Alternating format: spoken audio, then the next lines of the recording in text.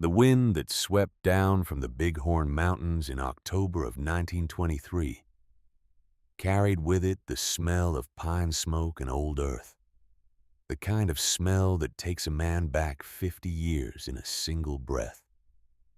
On the wide cedar porch of a modest log house at the edge of Sheridan, Wyoming, an old man sat in a rocking chair that had outlasted 3 of his children and most of his memories.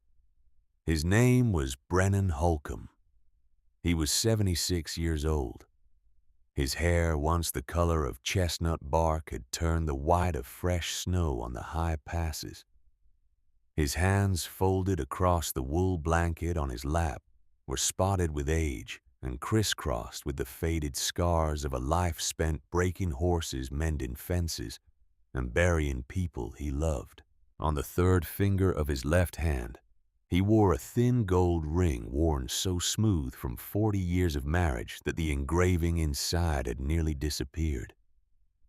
He turned that ring slowly with his thumb, the way another man might turn the pages of a Bible. His grandson, Wesley Holcomb, sat across from him on the porch steps, a leather-bound notebook open on his knees and a fountain pen poised in his fingers.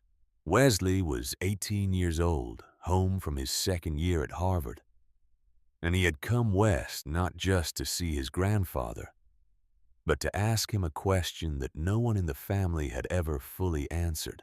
"Grandpa," Wesley said, "people in Sheridan still talk about Grandma Tessa. They say she came out here on the train with nothing but a carpet bag and a folded-up advertisement. They say she changed everything in this valley. Father will never tell me the whole story. He says it isn't his to tell. So I'm asking you." Brennan Holcomb did not answer for a long time. He looked out across the high autumn grass toward the foothills where the late sun was turning the aspens into sheets of beaten gold. A horse nickered in the corral. Somewhere far below them, a freight train moaned across the plain. When the old man finally spoke, his voice was a low and weathered thing like wind through dry timber. "I'll tell you the story, boy. Once. I'll tell it once because when I'm gone, there isn't another soul left who knows the whole of it. Your great-uncle Garrick is buried at Arlington. Your Aunt Goldie is buried up on the hill behind the church. My father, your great-grandfather Ezekiel, he is in the family plot 100 yards from where we sit. And Tessa." He stopped. He turned the ring on his finger. "Tessa has been waiting for me on the other side of these mountains for 8 years now. So you sit. You write what I tell you. And remember that the truth of a thing is not always pretty. There is blood in this story. There is power. There are men who died because of choices we made. And there is a woman, the woman who walked off a train in the middle of a snowstorm with nothing in her hands and saved every last one of us." He took a slow breath. The mountains seemed to lean closer, listening. "It begins in the spring of 1875 in St. Louis, Missouri, in a house that used to belong to her father. The light on the porch dimmed and softened. The years between them folded like a blanket, and the story carried them both backward. 48 years to a city far from any mountain where a young woman knelt on a kitchen floor folding old newspapers into drawer liners and did not yet know that her life was about to crack open. Her name was Tessa Ainsworth. She was 21 years old. She lived in the back of the house on Compton Hill that had once belonged to her father. Adelard Ainsworth had been a Swiss watchmaker. He had come to America in 1839 with a leather case full of jeweler's loops and a wife named Rosamond, who carried her wedding china in her arms across the gangplank of the steamer. Rosamond died of pneumonia when Tessa was 5. Tessa remembered her only in fragments. the smell of lavender on a wool shawl, a voice singing a hymn in the kitchen, the cool touch of a hand on her forehead when she had a fever. After Rosamond was buried, Adelard raised Tessa alone above his watch shop on Olive Street. He taught her to read English and a little German.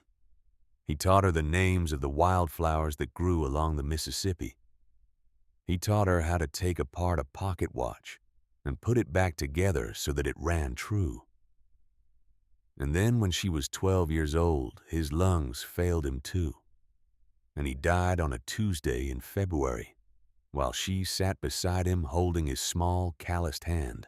His will left everything to his closest male relative.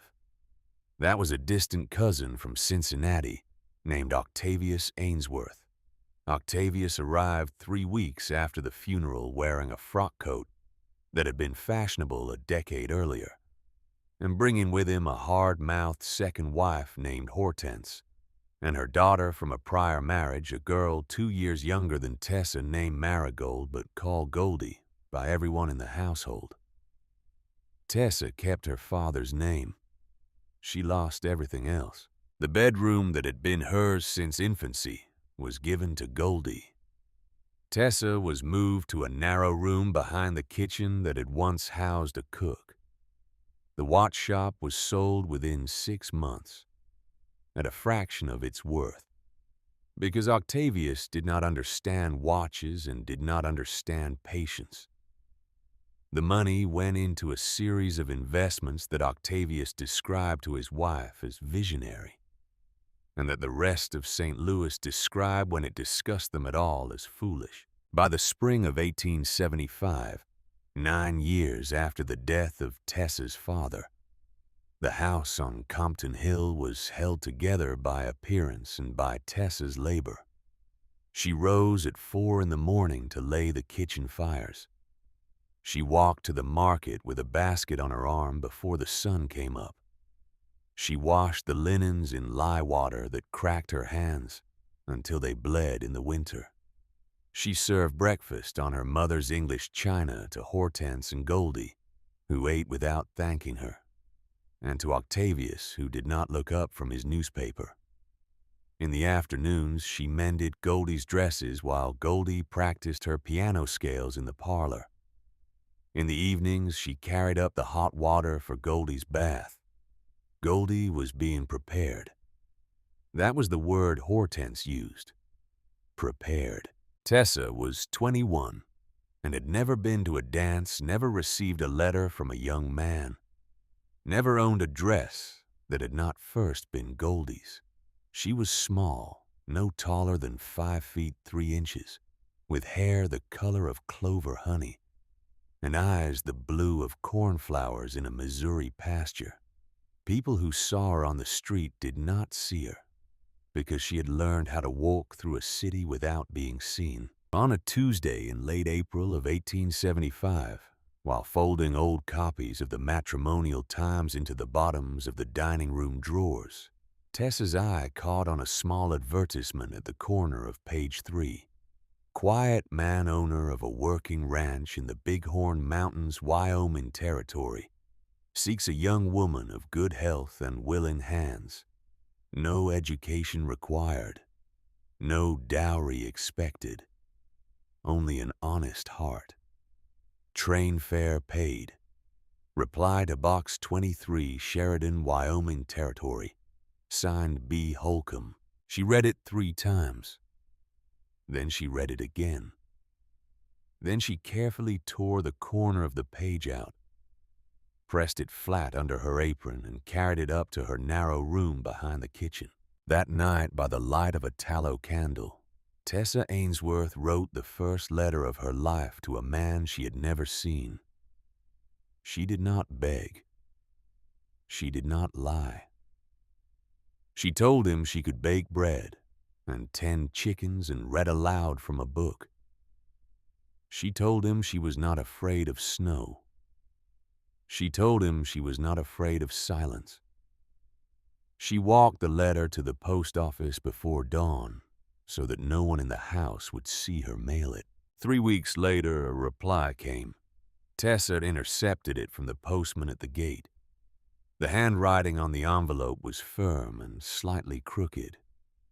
The writing of a man who knew his letters but did not write them often. He wrote about the wolves that came down to the cattle pens in February. He wrote about the way the wind sounded coming over Cloud Peak on a winter night. He wrote that he had a younger brother named Garrick. He wrote nothing more about Garrick than that. He wrote that his father, a man named Ezekiel, was sick. He did not say with what. He ended the letter with a single line that Tessa would carry with her for the rest of her life. "You may come if you wish. I will pay your fare. But you must decide for yourself, because once you are out here, there is no easy road back." She read those last 3 words 100 times. No easy road back. They did not frighten her. They steadied her the way a strong hand steadies a frightened horse. For 6 months she wrote to him. He wrote back. 18 letters in all, sent under cover of her morning errands, hidden under a loose plank beneath her narrow bed. She told him things she had never told anyone. That she had once dreamed of becoming a watchmaker like her father. That she knew the names of 80 kinds of wildflower. That she was more afraid of Hortense's laughter than of Octavius's shouting. She did not tell him she was planning to run. Then, on a Sunday in late September, on her way to church, Tessa stopped behind the rose hedge in the side yard because she heard her uncle's voice through the open window of his study. He was speaking to Hortense. "Crowder will take her," Octavius said. "I have written to him. He will send the bridal contract within the month. The wedding will be in March." Hortense answered in her high, pleased voice. "And if he takes one look at Goldie and finds her insufficient?" "You said yourself the man is particular." Octavius made a small sound that was almost a laugh. "Then he takes Tessa. I have arranged for that as well. The girl is not without uses.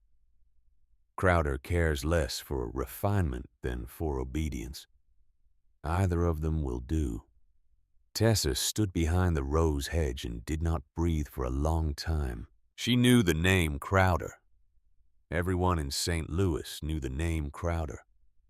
Phineas Crowder was 63 years old, a wheat broker out of Kansas City, and he had buried 2 wives in 7 years. The first had fallen down a staircase.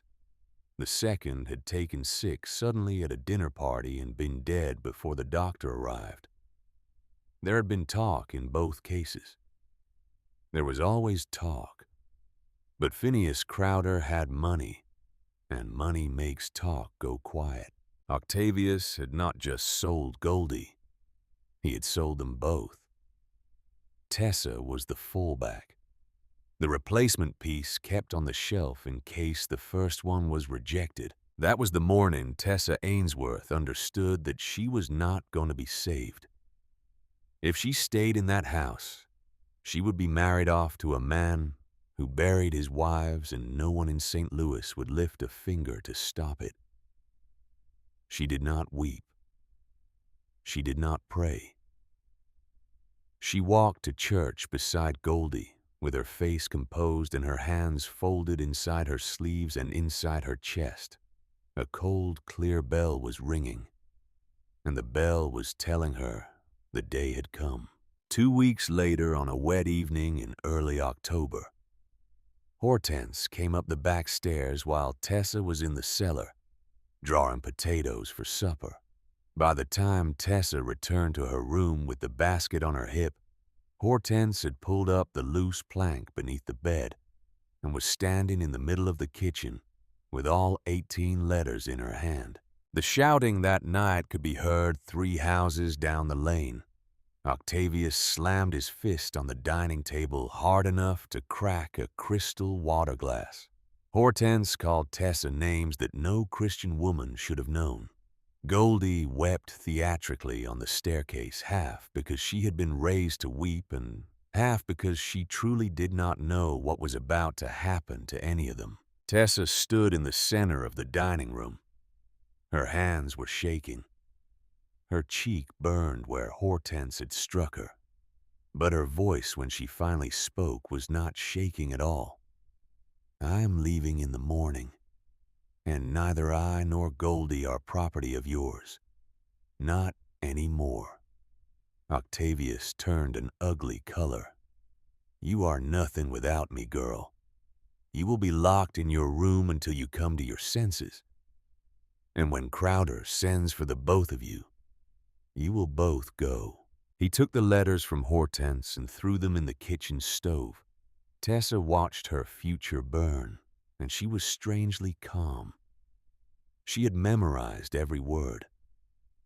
The fire could not take what she had already learned by heart. They locked her in her narrow room behind the kitchen. The bolt slid across the outside of the door with a sound like a coffin lid. She sat on the edge of her bed. She did not cry. She listened to the house settle into sleep. Sometime past midnight, the bolt slid back. The door opened. Goldie stood in the hall in her white nightgown, her face streaked with real tears for once, holding a small bundle. Inside the bundle was $5 in coin, a clean handkerchief, a slice of bread wrapped in paper, and the small cameo brooch that had belonged to Tessa's mother. Goldie pressed the bundle into Tessa's hands. She did not speak above a whisper.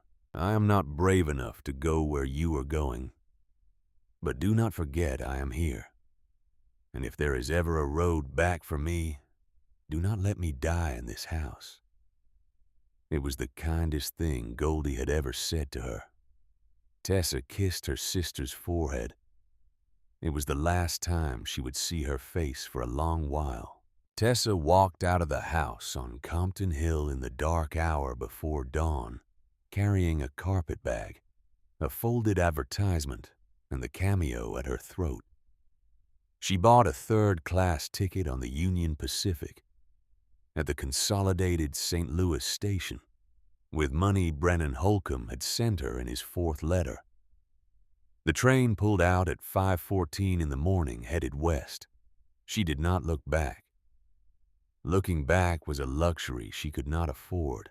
The train carried her across Missouri and into the broad, rolling prairie of Kansas.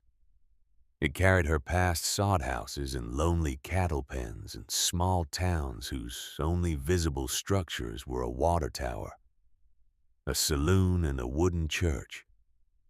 It carried her through Colorado, where the high plains rolled up to meet the front range of the Rockies, and the sky became a thing she had never seen before, vast and pitiless and beautiful. It carried her up into Wyoming territory, where the land turned brown and silver, and the wind never stopped, and a man on horseback could ride for 2 days without seeing another soul. On the third day, out in the second-class car between Denver and Cheyenne, an old man sat down across from her. He was tall and lean, with a white mustache that hung down past his chin and the upright carriage of a soldier. He introduced himself as Major Lemuel Sutcliffe, late of the Army of the Potomac, traveling north to hunt elk in the Bighorn Basin. He saw the carpet bag at her feet and the small, frightened set of her shoulders, and the way her hands kept folding and unfolding in her lap, and he asked her kindly where she was bound. "Sheridan," she said. "I am to be married." Major Sutcliffe was quiet for a long moment. Then he said, "Have you met him, child?"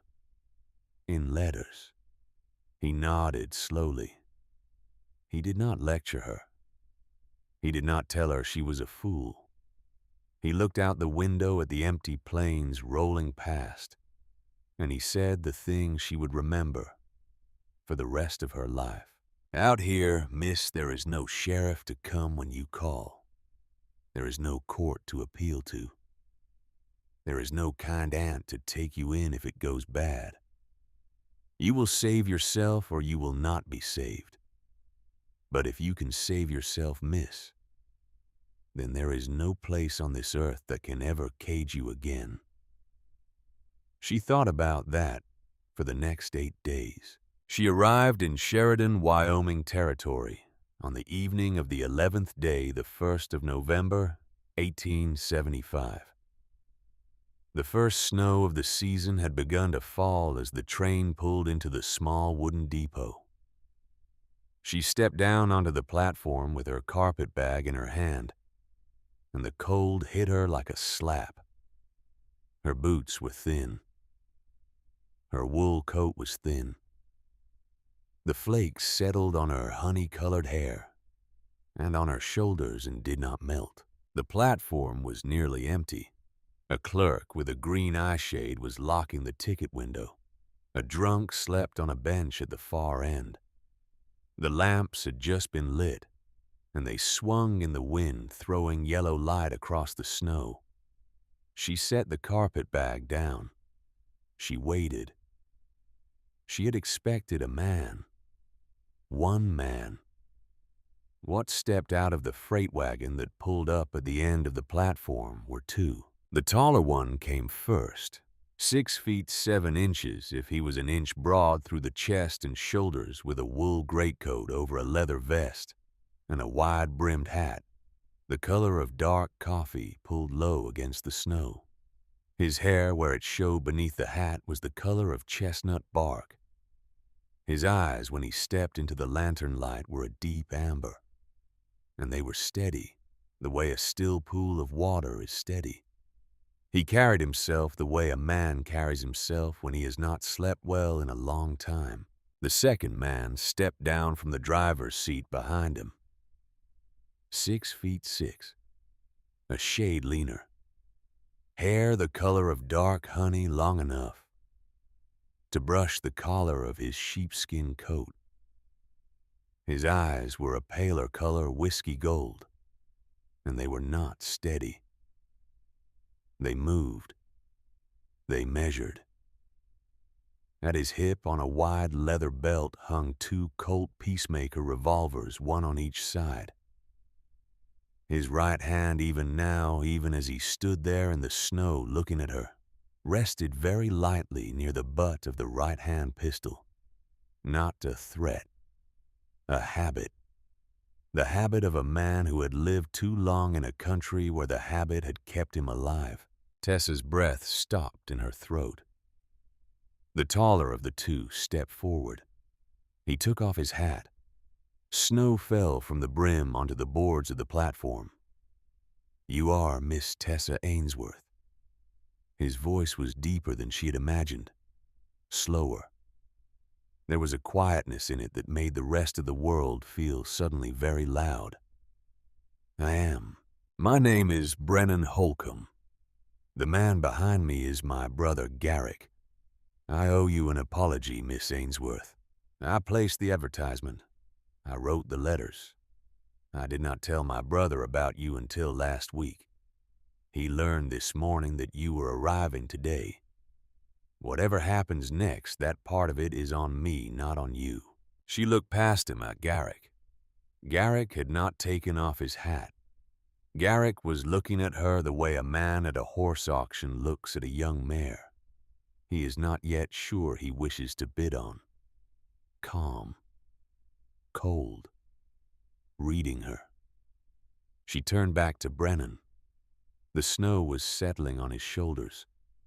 She could feel the platform tilting underneath her feet.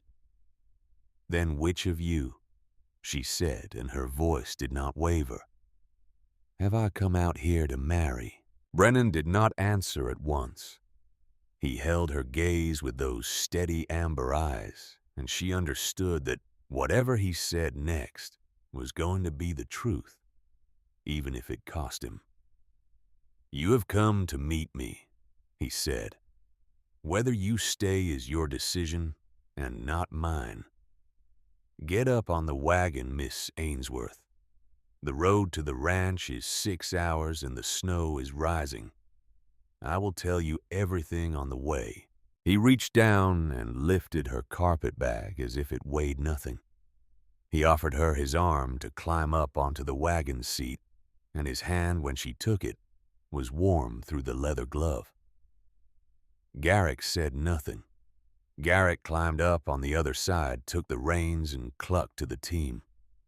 The wagon turned out of the small lighted square of the depot and into the dark country road, and Sheridan fell behind them, and the snow came down out of the high black sky.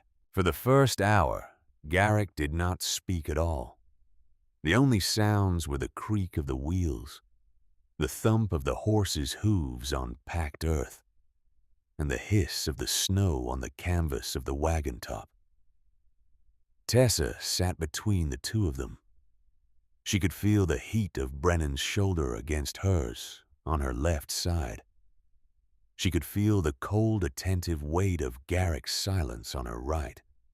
Brennan began to speak when they crossed the first creek and the road started to climb. His father, Ezekiel Holcomb, had come to Wyoming Territory from western Pennsylvania in 1846 with $8 in his pocket and a hunting knife in his boot. He had built the Holcomb Ranch on a high bench above the Tongue River, 12,000 acres of timber pasture and water rights that controlled a third of the valley. He was a hard man. Brennan said it that way, hard, the way another man might say, cruel, and let her draw her own conclusion. Ezekiel had married 3 times in his life. His first wife, Cordelia Whitfield of Philadelphia, had died bearing Brennan in 1847.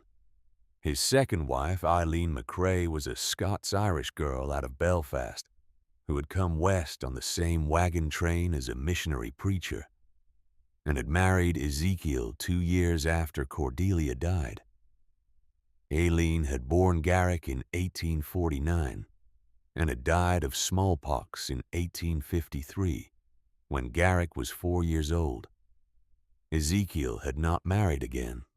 He had raised the 2 boys himself in his own way. "My father did not love us," Brennan said. The wagon had reached the ridge above the river now, and the wind was sharper. "He trained us.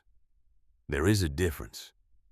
My brother could shoot the eye out of a tin can at 30 paces by the time he was 8 years old, because my father pinned coins to a fence rail and made him fire until every coin had a hole in it. I learned the ledger book and the contract by the time I was 9 because that was what my father needed from me. We were tools to him. Not bad tools, just tools." Tessa glanced at Garrick. Garrick's jaw had tightened, but he did not look away from the road. "My father is dying," Brennan went on. "Black lung. 20 years in the coal patches of Pennsylvania before he came west, and the dust never left him. The doctor at Cheyenne gave him 6 months. That was 4 months ago. That is why I placed the advertisement, Miss Ainsworth. I cannot face the inheriting of that ranch alone. And my brother—" He stopped. "My brother," he said, "has not spoken to my father in 3 years. Not since the anniversary of his mother's death. He works the ranch. He sleeps in the bunkhouse when he can. He eats his meals there. When my father dies, I do not know if Garrick will stay or ride out. I needed a person beside me who was not part of all that. I needed a partner. I could not court a girl in this valley. The valley already knows too much about us, so I wrote a letter to a newspaper 1,000 miles east, and I waited to see who answered." Tessa was quiet. She thought of the 18 letters she had hidden under the loose plank. She thought of Octavius putting them in the stove. "Why did you choose me?" she said. Brennan smiled then just faintly, and she saw his face for the first time, without the weight of duty on it. He looked younger.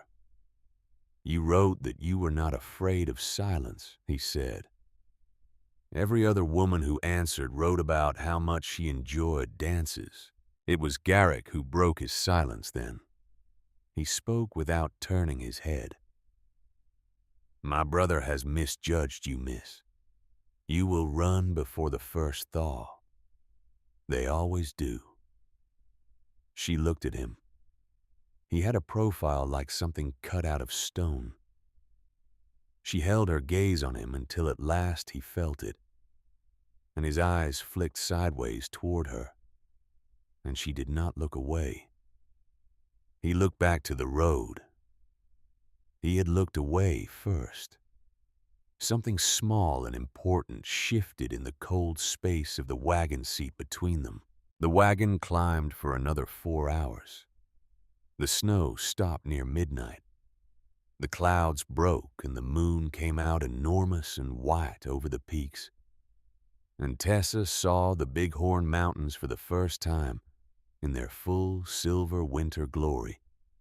And she understood that she had crossed into a country that was older and larger than anything she had ever known. They came up over the last rise just before dawn.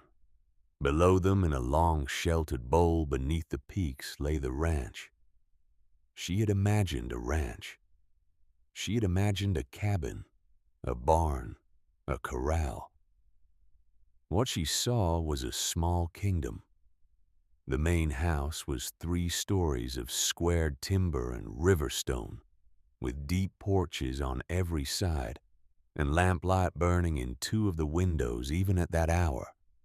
Beyond it stood barns larger than any church she had ever seen in St. Louis.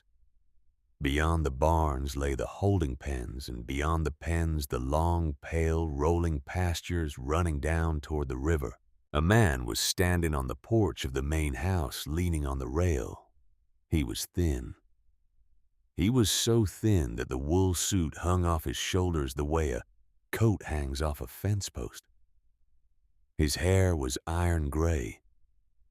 He was holding a handkerchief to his mouth, and as the wagon rolled into the yard, he took the handkerchief away, and Tessa saw, even at that distance, that there was blood on it. But his eyes, when they fixed on her, were the same amber gray as Brennan's, and they were not weak. They were the eyes of a knife that was still sharp. This was Ezekiel Holcomb. Brennan reined the wagon to a stop and climbed down. He turned and lifted Tessa down with both hands at her waist, and she felt the tremor that went through his arms, not from her weight, from something else.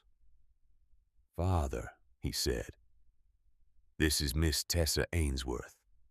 She has come from St. Louis." Ezekiel Holcomb looked her up and down from the porch. He did not come down the steps.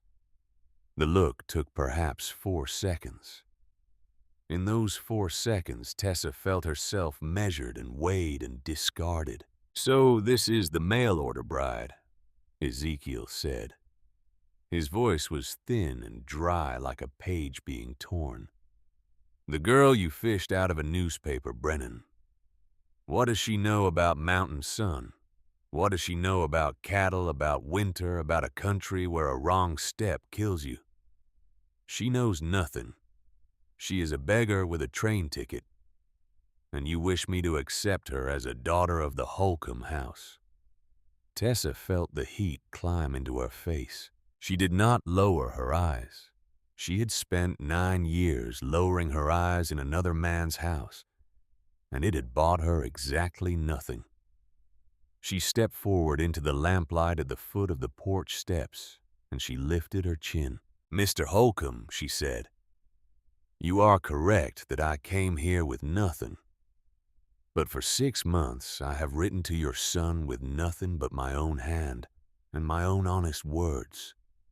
And that is what bought me my train ticket. Not begging, work. As for whether my coming here has any value, sir, I would suggest that a man who does not understand choice has never had to make one."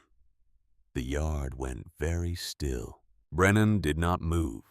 Garrick behind her had gone very quiet on the wagon seat in the way a man goes quiet when something he did not expect is happening in front of him.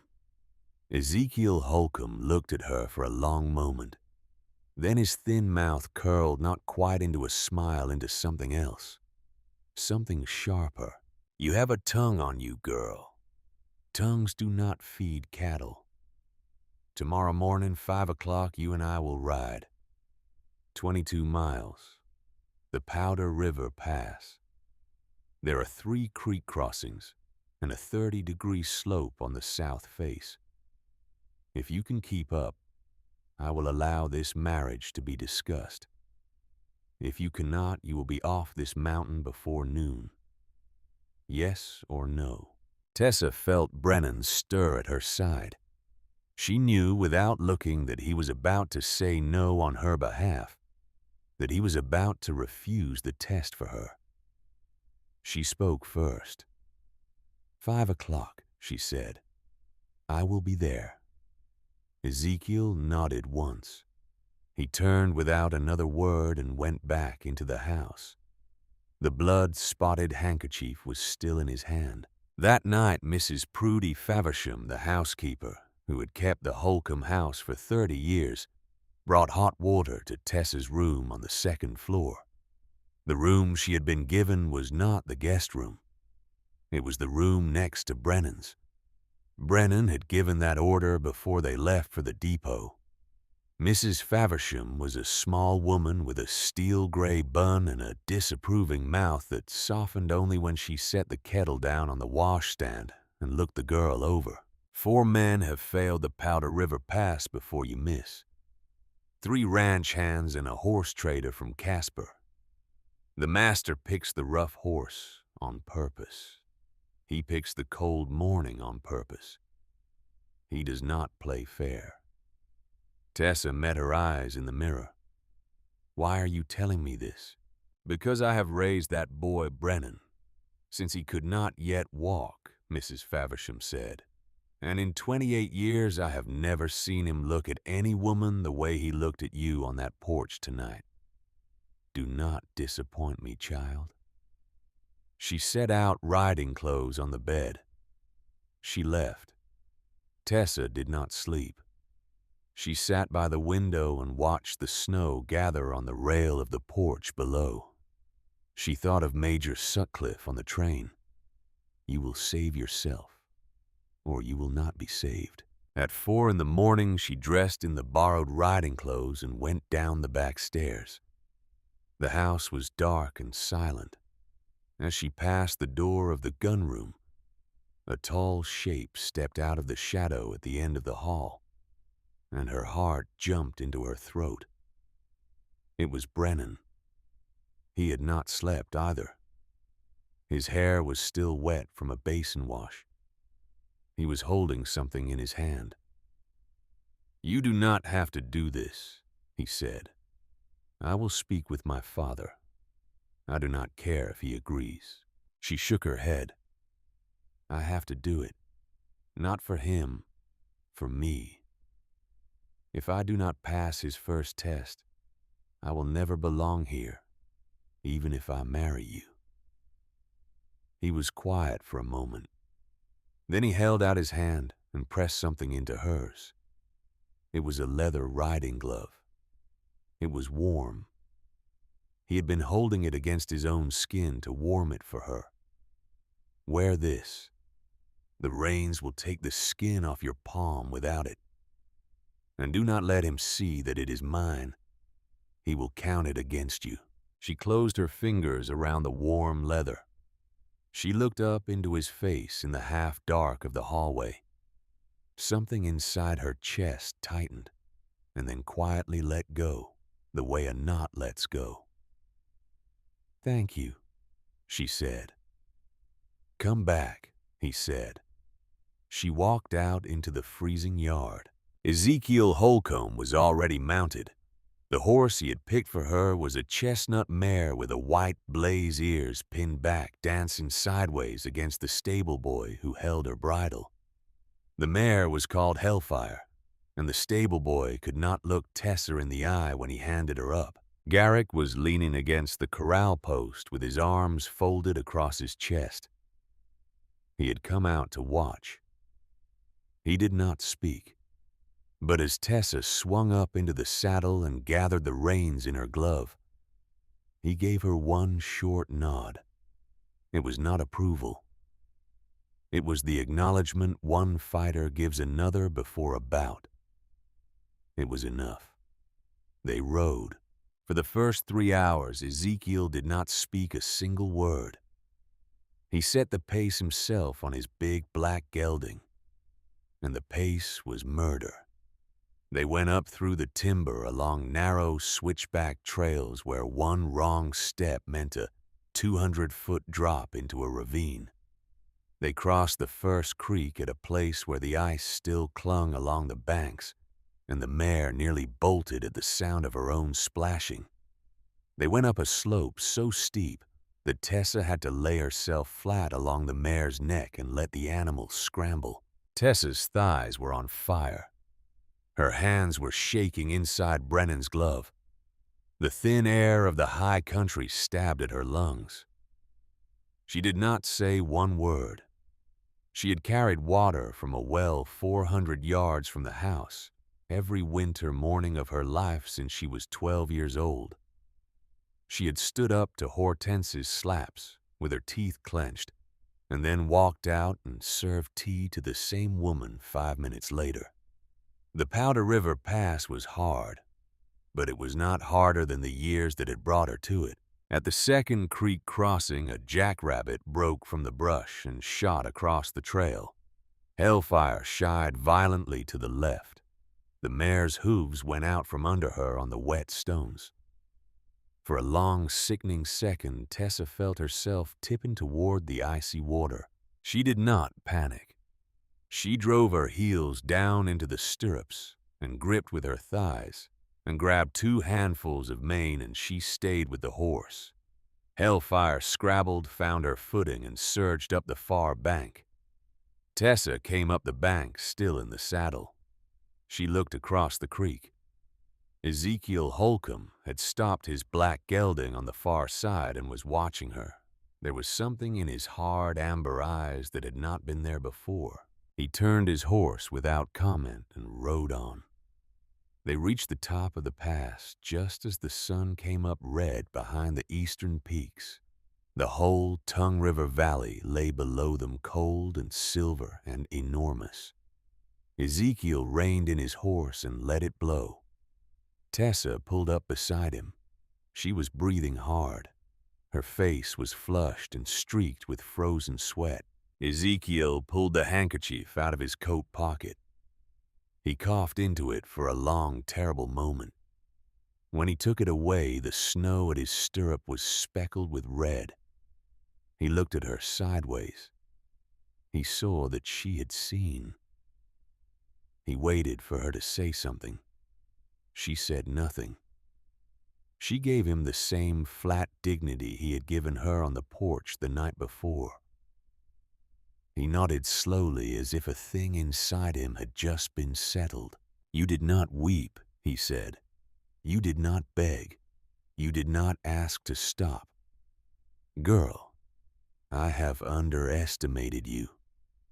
Tessa looked out over the valley. Her hands inside Brennan's glove were trembling, but her voice when she spoke was perfectly level. "I was not riding for you, Mr. Holcomb. I was riding for myself. You happened to be going the same way." For a long moment, Ezekiel Holcomb simply stared at her.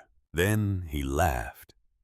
It was the first real laugh of his she had heard, and it turned almost at once into a long, racking cough, and he had to grip his saddle horn to stay upright. When the cough passed, his eyes were watering. "Welcome to the Bighorns, Miss Ainsworth.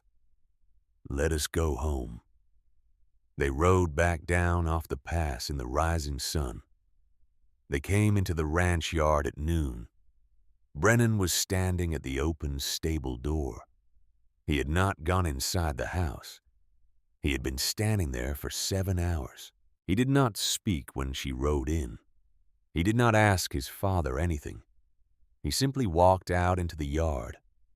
And when Tessa swung down out of the saddle on legs that nearly buckled, he caught her at the waist and steadied her, and his big hands were trembling. Not from the cold, from something else. Behind him, leaning on a corral post with his arms folded across his chest, Garrick Holcomb watched her dismount. And for the first time since she had stepped off the train in Sheridan, his hard, whiskey-colored eyes were not measuring her like a stranger. "You will do, Miss St. Louis," he said quietly. It was not much. From him it was a great deal. The wind off the high pass came down through the yard, cold and clean, and smelling of snow and pine. And somewhere far down in the valley, a bell rang at the mouth of the cattle barn, and Tessa Ainsworth stood with one hand still gripping Brennan Holcomb's sleeve, and understood that she had not yet won anything, but that she had earned the right to begin. The real fight, she knew, was still ahead. The first 6 weeks at Bighorn Ridge were the hardest weeks of Tessa Ainsworth's life, and the best ones she had ever known. She rose every morning at 5. She pulled on the wool trousers Mrs. Faversham had altered for her, the heavy boots that had once belonged to a stable boy long since married off and gone, and the sheepskin coat Brennan had set on the back of her chair on the second morning without comment.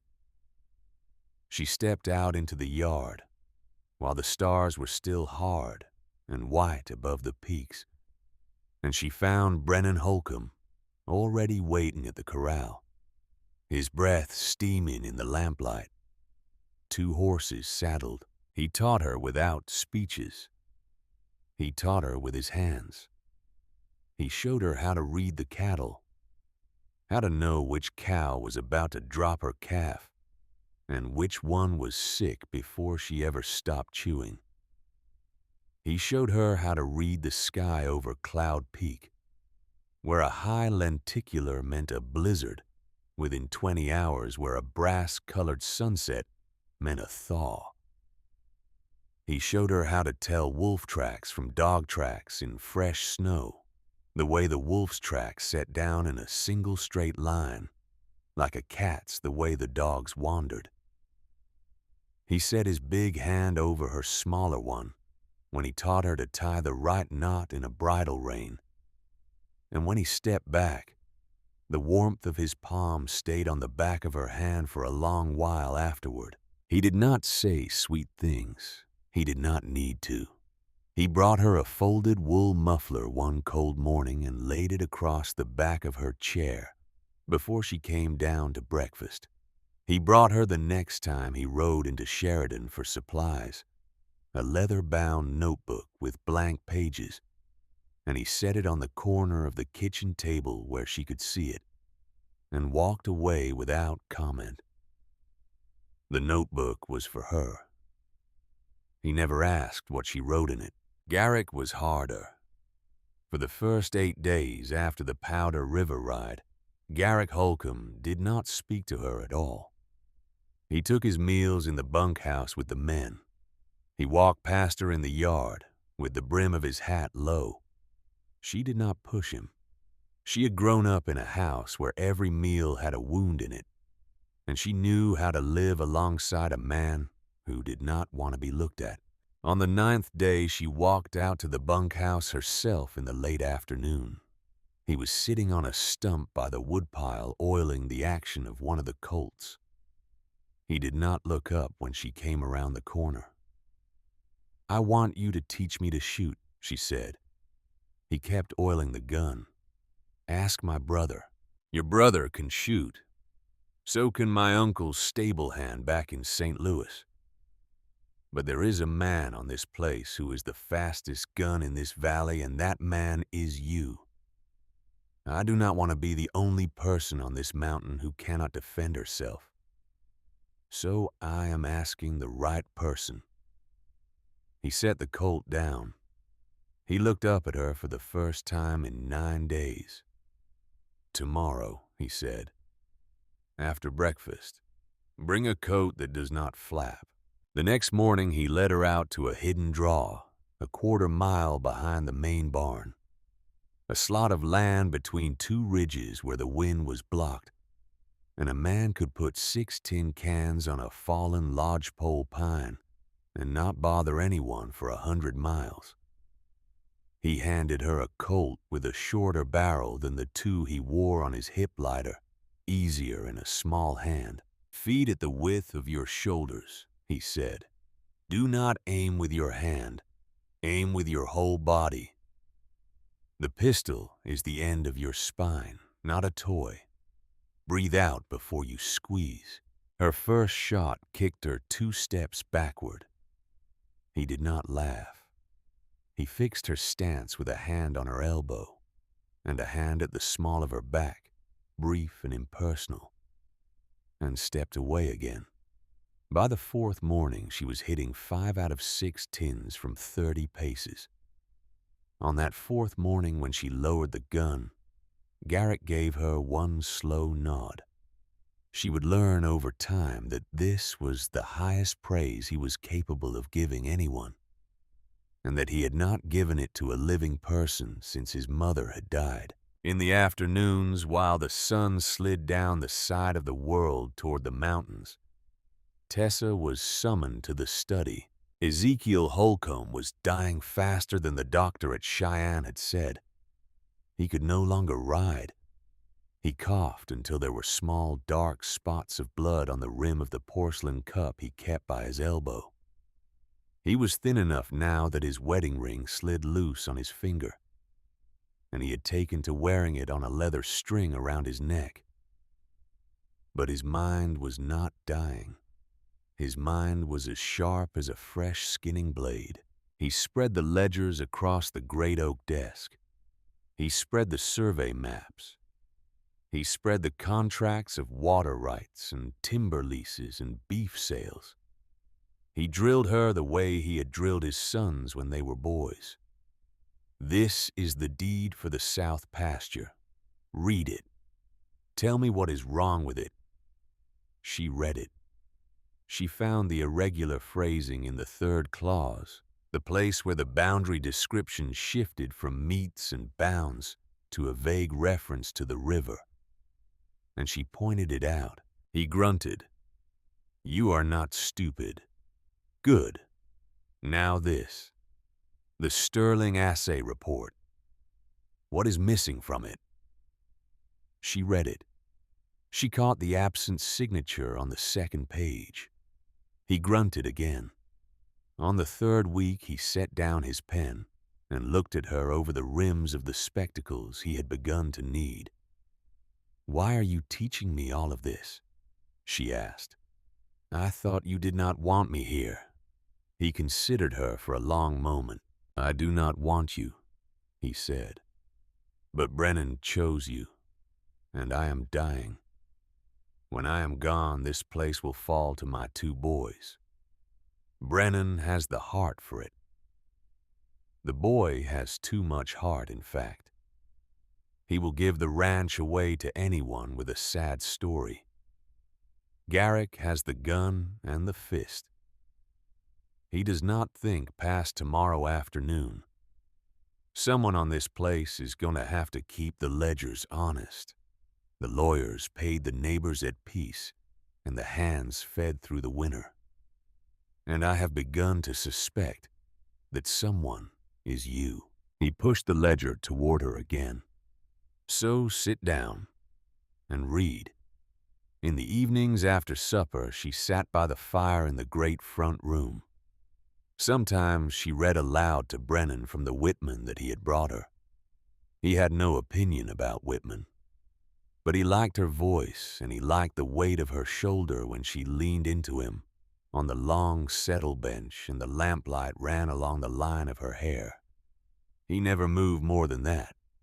Neither did she. One night in mid-November when the fire had burned down to a deep red, and they were the only two awake in the house, he asked her very quietly whether she was sorry to have come. She looked up at him from the small distance of his arm. "Sometimes I wonder whose life I am living, the girl who wrote those letters or the woman sitting beside you now." He thought about that. Then he reached out and took a single strand of her honey-colored hair that had fallen across her temple and tucked it gently behind her ear. It was the first time he had touched her face. The fire crackled. Neither of them spoke for a long time. He stood up. "Good night, Miss Ainsworth." He walked up the stairs. She sat by the fire alone for another half hour. She understood sitting there that she had fallen in love with Brennan Holcomb.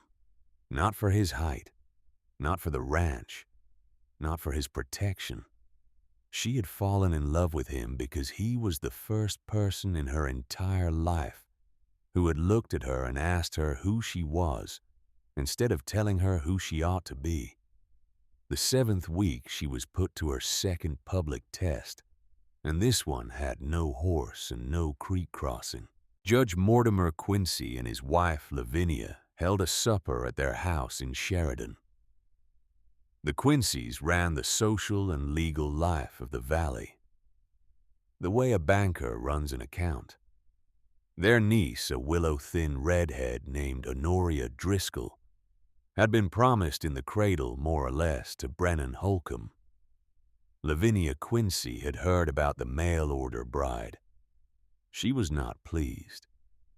She was about to make her displeasure known under the cover of polite cream-colored china and 12 forks per place setting. Ezekiel insisted on going. He could barely sit a horse anymore, but he had the men yoke up the carriage. He wanted to see the girl tested. The dining room at the Quincy house glittered with cut glass and brass. Lavinia sat at the foot of the table in a wine-colored gown.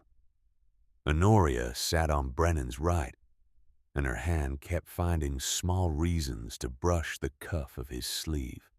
Tessa sat across from her in a navy wool dress that had been her mother's traveling dress before it was hers. Lavinia opened the campaign over the soup. "Miss Ainsworth, do you speak any French at all?" "No, ma'am." "Italian, perhaps?" "No." "And do you play any instrument, pianoforte, perhaps? My niece is an accomplished pianist." "Honoria, do tell Miss Ainsworth which composer you have just mastered." Honoria smiled into her soup spoon and named a German composer Tessa had never heard of. Lavinia turned back to Tessa. "How charming. And the Ainsworths of St. Louis? Are you connected to the Ainsworths of Virginia? I wonder they are cousins to the Carters of Shirley. We dine with them every summer at White Sulphur Springs." Tessa set her spoon down. She had spent 6 weeks reading her future father-in-law's ledgers in the lamplight of his study. She had read more than ledgers. She had read court filings, water disputes, judges' rulings going back 10 years, and the names of the lawyers who had filed each of them. She lifted her eyes to Lavinia Quincy, and she smiled politely. "Mrs. Quincy, you are correct. I do not speak French. I do not play the pianoforte. I do not have cousins in Virginia. I have no family connections to recommend me at all. But I will tell you what I do know since you have been so kind as to ask me to declare myself." Lavinia's smile froze in place at the edge of her wineglass. "I know that the water rights of the Tongue River are governed by the Reclamation Act of 1862. And have been the subject of 6 rulings in the territorial court within the last calendar year. I know that all 6 of those rulings favored 4 particular ranchers in Sheridan men whose holdings border one another along the South Fork. I know that all 4 of those ranchers were represented in court by the same attorney, a Mr. Westerfield of Cheyenne. and I know that Mr. Westerfield happens to be your sister's husband, ma'am. I am not perhaps the most polished guest at this table, but I think I speak the more important language of this valley." The dining room went silent. Judge Quincy's color went up his throat and into his ears. Honoria stopped smiling. Lavinia's wineglass rang very softly against the rim of her water glass as her hand began to shake. Beside Tessa, Garrick Holcomb lowered his head into his napkin and made a sound that was almost but not quite a laugh. And at the head of the table, Ezekiel Holcomb, who had not laughed in a public room in 15 years, threw back his ruined head and laughed until the laugh turned into a cough that took him a long time to get through. In the carriage on the way home, Ezekiel sat with his eyes closed and his thin hands folded over the head of his cane. After a long while without opening his eyes, he spoke. "You have just broken a political alliance I spent 15 years building. You have made the most powerful judge in this county our enemy. You have insulted a family with whom we will have to do business for the next 20 years. She did not speak. He opened his eyes. He looked at her in the lantern light of the carriage. And I have never been prouder of a more foolish act in my life. Welcome to the Holcomb family, Miss Ainsworth." Brennan, on the seat across from her, did not say a word. He simply reached his big hand across the gap and laid it briefly over hers. It was enough. 3 mornings later, the fire came. It came before sunrise. Wendell Brockhurst, a young hand who had been with the ranch only since spring, came galloping into the yard on a lathered horse, his face streaked black with soot. He was shouting before his horse had stopped. "Fire! Fire on the north timber. The wind is driving it east. It is going to jump onto the Tate place if we do not cut it." Rufus Tate was the man who had hated Ezekiel Holcomb longer and harder than any other living human being. They had fought over the Tongue River water for 20 years. They had fought over a strip of grazing land on the divide for 15. They had fought over the right-of-way for the cattle drive trail. Rufus Tate was old and mean and proud, and he had one belief that he had carried like a Bible for 2 decades. He believed Ezekiel Holcomb would one day try to burn him out. If that fire crossed onto Tate's range, it did not matter who had set it. Tate would ride. Brennan and Garrick were in the saddle inside of 7 minutes. 22 of the hands followed. Tessa pulled on her sheepskin and her boots and went after them. Brennan tried to stop her at the gate. She looked at him without slowing. "I can dig," she said. "I can drag brush. I can carry water. You do not get to send me back to the house." He did not argue. He swung her up behind him onto the horse and they rode. They worked for 3 hours. They cut a fire break 20 yards wide along the section line. Men with axes felling pines, women and boys dragging the cut limbs clear, others digging the brush and the dry grass down to bare earth. The fire roared on the north side of the cut. The heat was a thing you could lean against. Ash fell on their shoulders like black snow.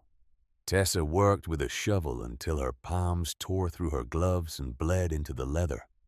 Brennan worked with an axe and did not slow even when the blisters on his hands burst. Garrick, on the southern end of the line, organized the men and rode his horse along the front of the fire and shouted them through. The fire reached the cut. It hesitated. The wind, by some grace of God, shifted half a point to the north. The flames turned back upon themselves and began slowly to die. The men sat down where they stood.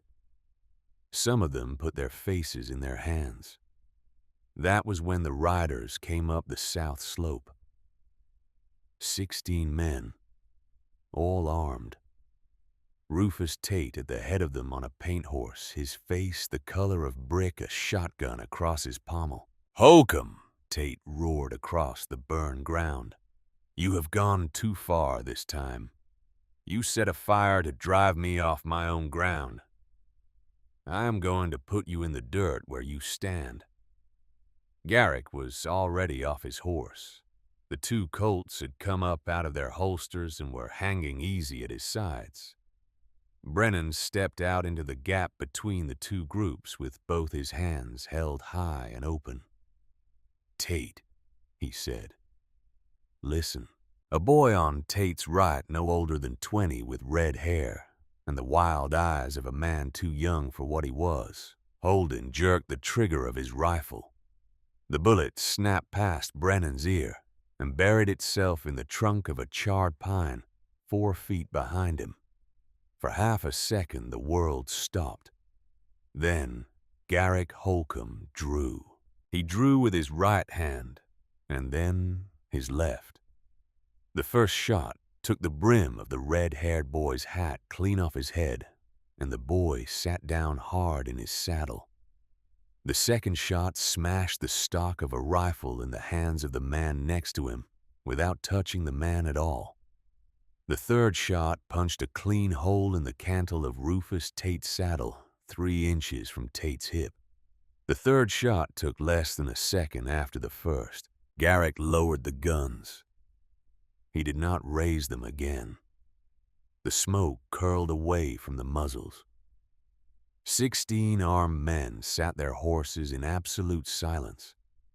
Tessa stepped forward. She walked out of the line of Holcomb men. She walked past Brennan. She put one hand, just one, on the inside of Garrick's arm. He did not look at her. He did not move. But the readiness in him eased.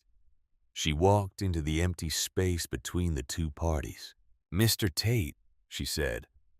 Her voice was clear and not loud. "My name is Tessa Ainsworth.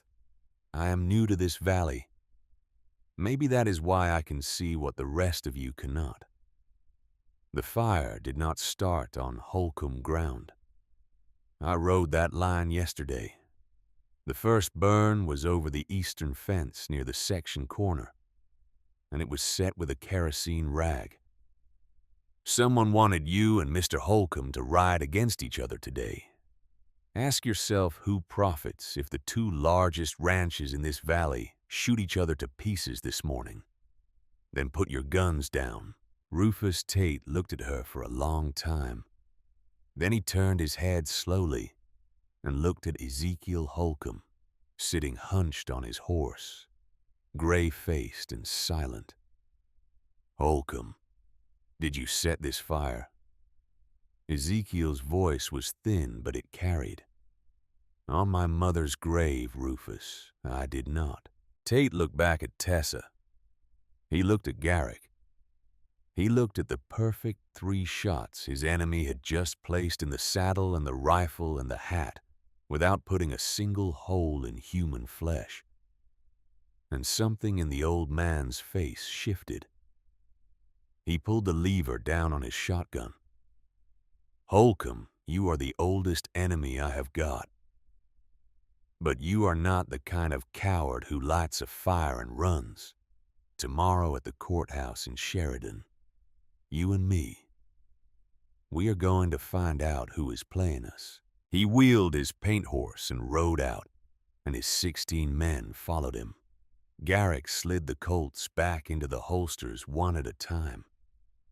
He turned his head toward Tessa for the first time since she had stepped out of the line, and his hard whiskey-colored eyes were not hard anymore.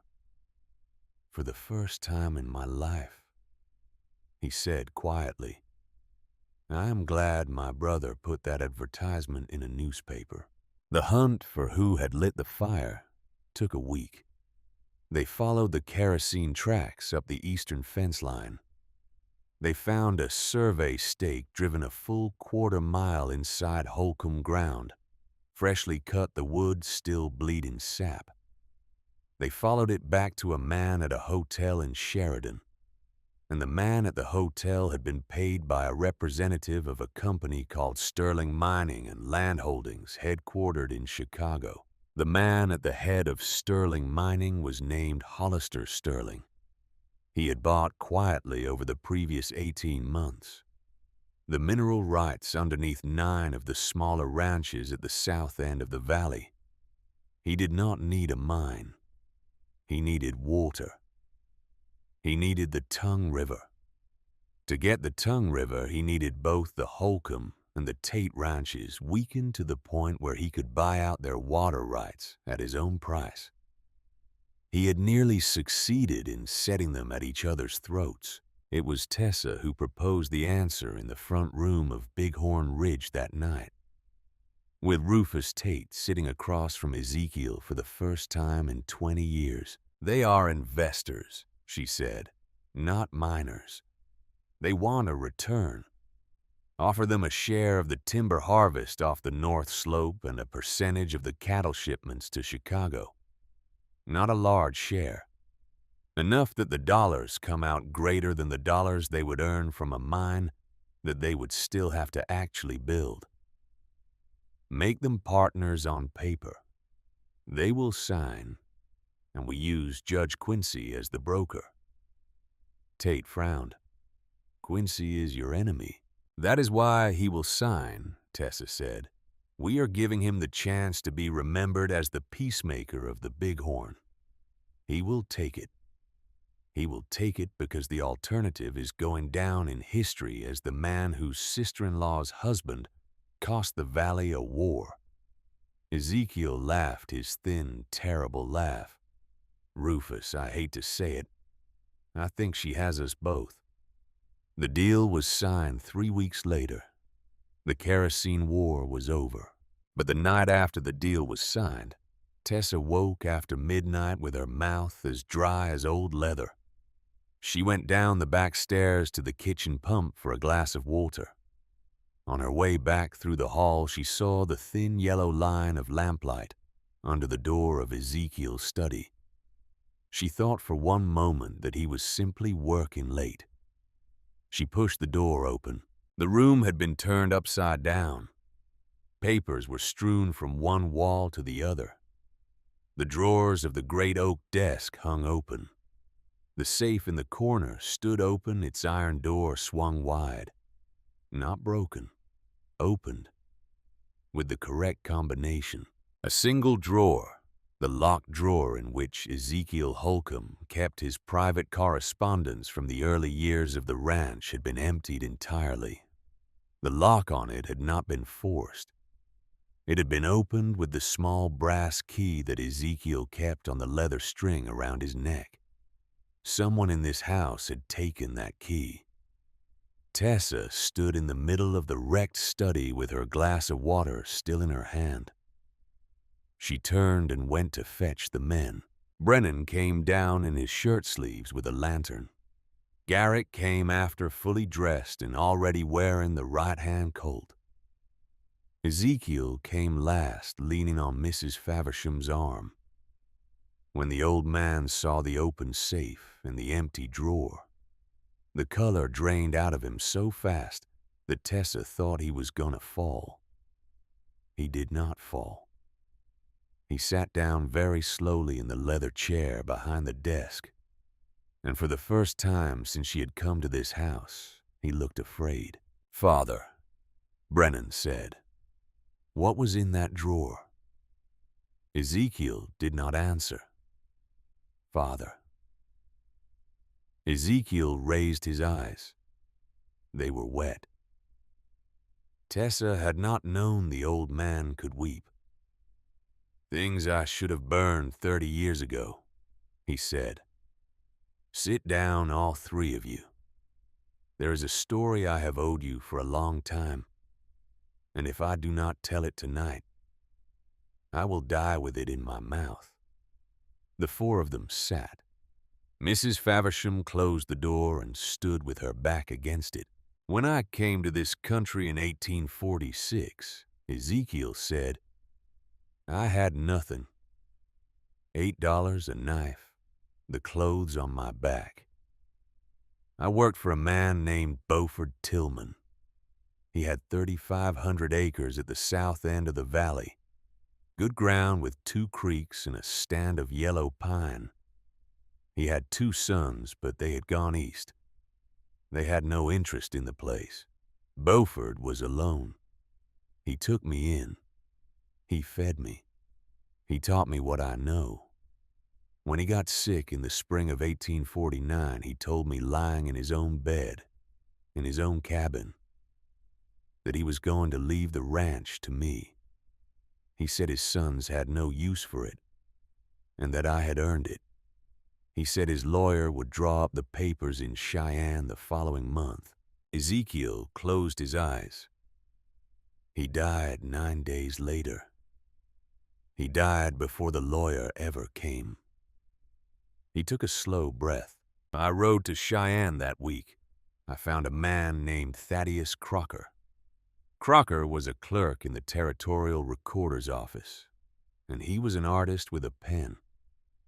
I paid him what little I had to draw up a will dated 3 weeks before Beaufort's death, signed in Beaufort's hand, witnessed by 2 men I never met, but whose names Crocker put on the document. I filed that will in the territorial court.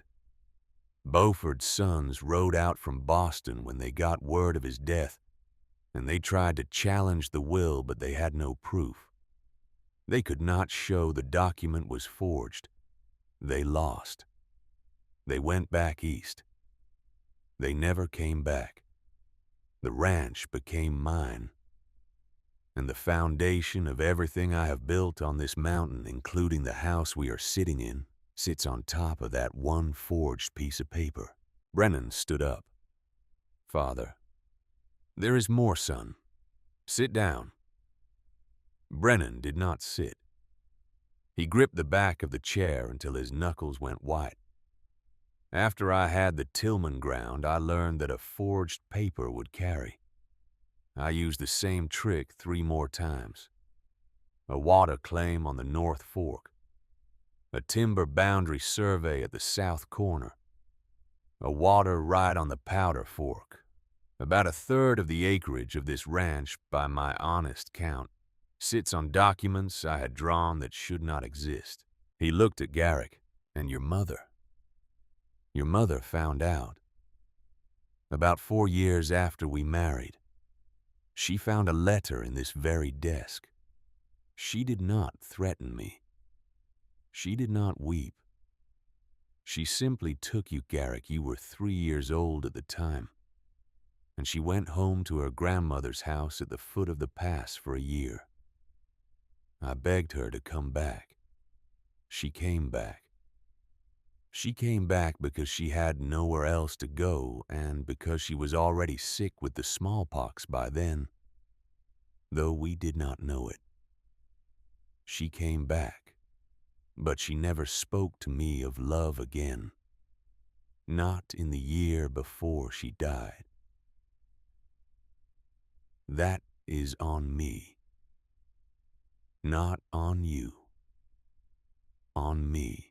Garrick had gone very still. He stood up.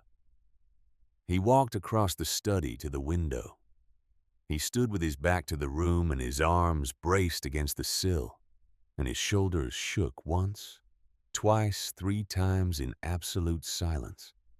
He had not cried for his mother since he was a child. He cried for her now without making any sound at all. Tessa kept her head clear. She had to. Brennan was angry. Garrick was breaking. Ezekiel was emptying himself into the floor. Someone in the room had to keep thinking. Mr. Holcomb, she said, are any of those families still alive?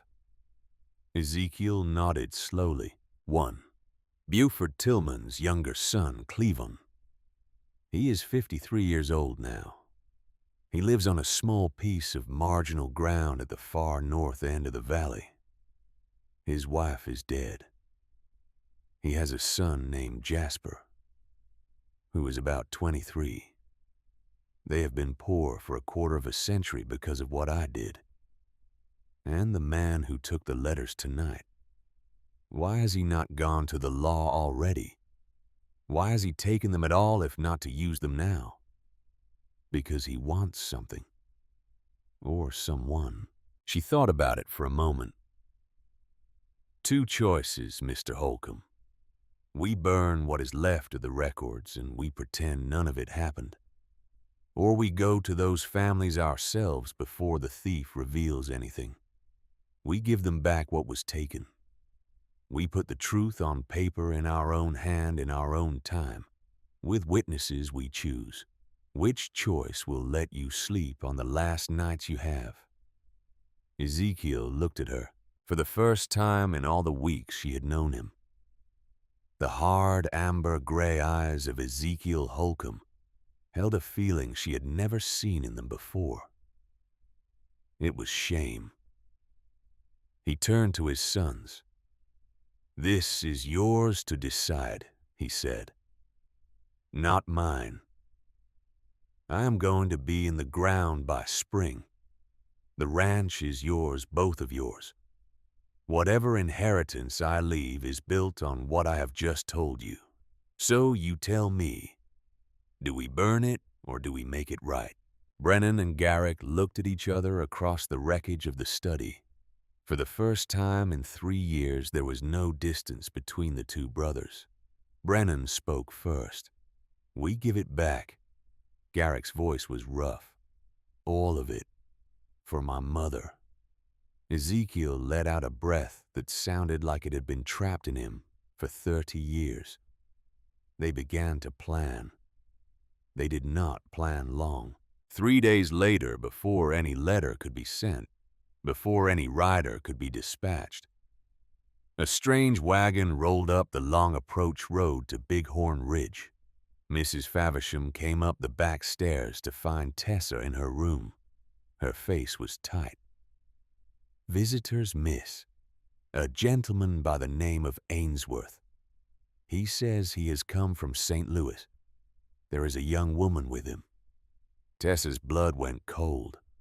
She walked down the stairs slowly, holding the rail, because she did not entirely trust her legs. In the front parlor stood Octavius Ainsworth in the best frock coat he owned, with his hair pomaded flat against his skull, and his thumbs hooked into the pockets of his waistcoat.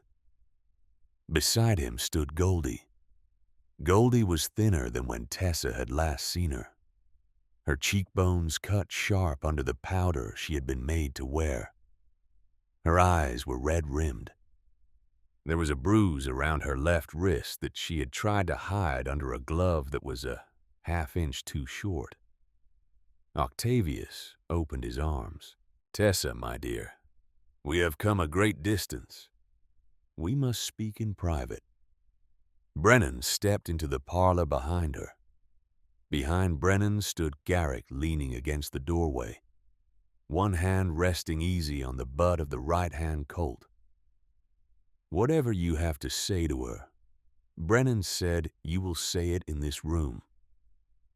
Octavius's face flickered. He recovered. "Very well, Tessa. The adventure is over. You will come home with me today." "This is my home."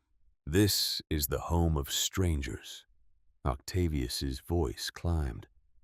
"When you ran my child, you left the family on the brink of ruin.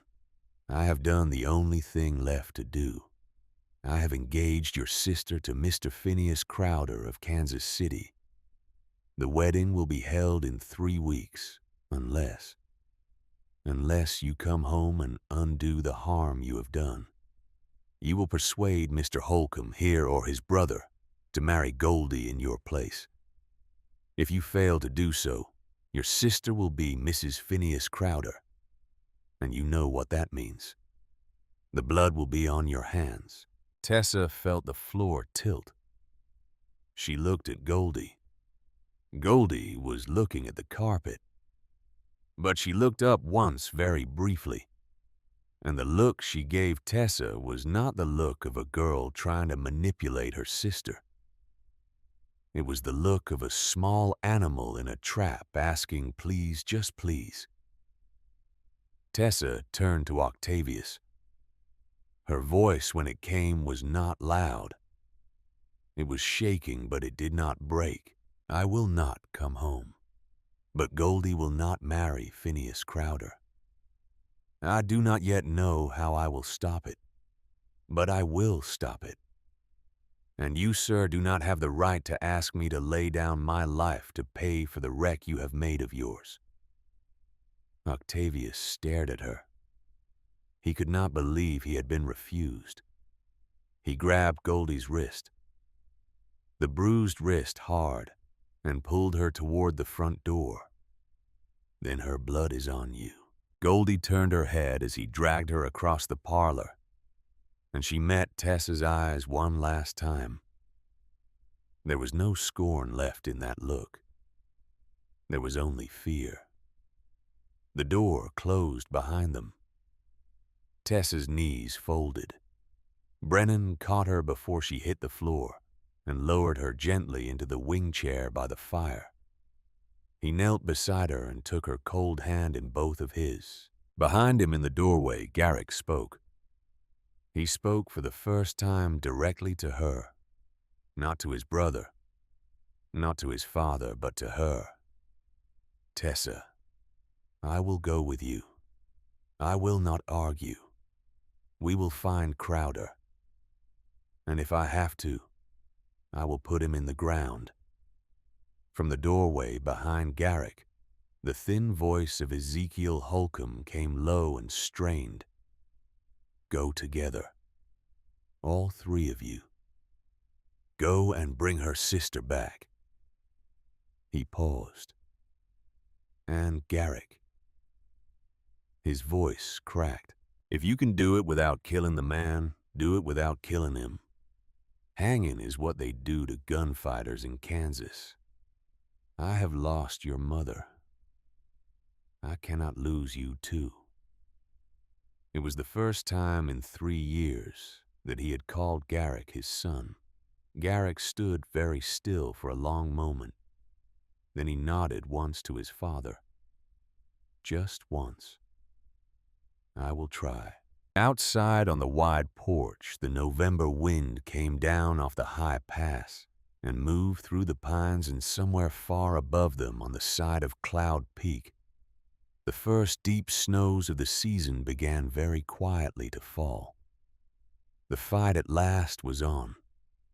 They left Bighorn Ridge before dawn the next morning.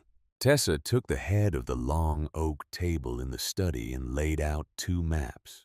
One was the territorial map of the Bighorn Valley with a small charcoal cross drawn at the place where Cleveland Tillman lived, in the marginal ground at the north end. The other was a folded railway map of the United States, with a red circle around Kansas City, Missouri. She did not raise her voice. She did not need to. The men sat where she pointed. 2 fights, she said. 1, we pull Goldie out of Phineas Crowder's house before that wedding date. 2, we go to Cleveland Tillman with the whole truth, and we put the Tillman ground back into Tillman hands before the man who took those letters from this safe ever uses them. We do both at the same time. We do both fast. We do not get a second chance at either one." She looked at Garrick. "You ride with me to Kansas City. We catch the eastbound out of Cheyenne tomorrow. You are the fastest gun in this valley. Crowder has hired men. We will need you." She looked at Brennan. Her hand reached across the corner of the desk and rested on his. "You take the wagon north to the Tillman cabin. You take the deeds. You take the cash. You take a notary out of Sheridan. You give that family back what your father took from them, and you do it on paper in daylight in front of a witness. That is the only way it counts." Brennan did not pull his hand out from under hers. but his amber eyes were dark and difficult. "I do not like sending you east with my brother. Crowder is not a clean man. He has buried 2 wives. That is why I take Garrick. Garrick is the answer to Crowder. You are the answer to Tillman. The man we are going to face up there has been waiting 26 years to be shouted at by a Holcomb. He needs to be looked in the eye by Ezekiel's son. Not by Ezekiel's son-in-law. Not by his daughter-in-law. By his blood. That is the only mouth that can carry that apology and have it land." Brennan held her hand for a long moment. Then he turned it over and pressed his lips briefly to the inside of her wrist, where the pulse beat hard. He had never done that before. He did not say anything afterward. In the chair by the fire, his thin body wrapped in a wool blanket, Ezekiel Holcomb spoke. "Garrick, come here." Garrick walked across the study and stopped in front of his father's chair. The old man looked up at his second son. He did not reach for Garrick's hand.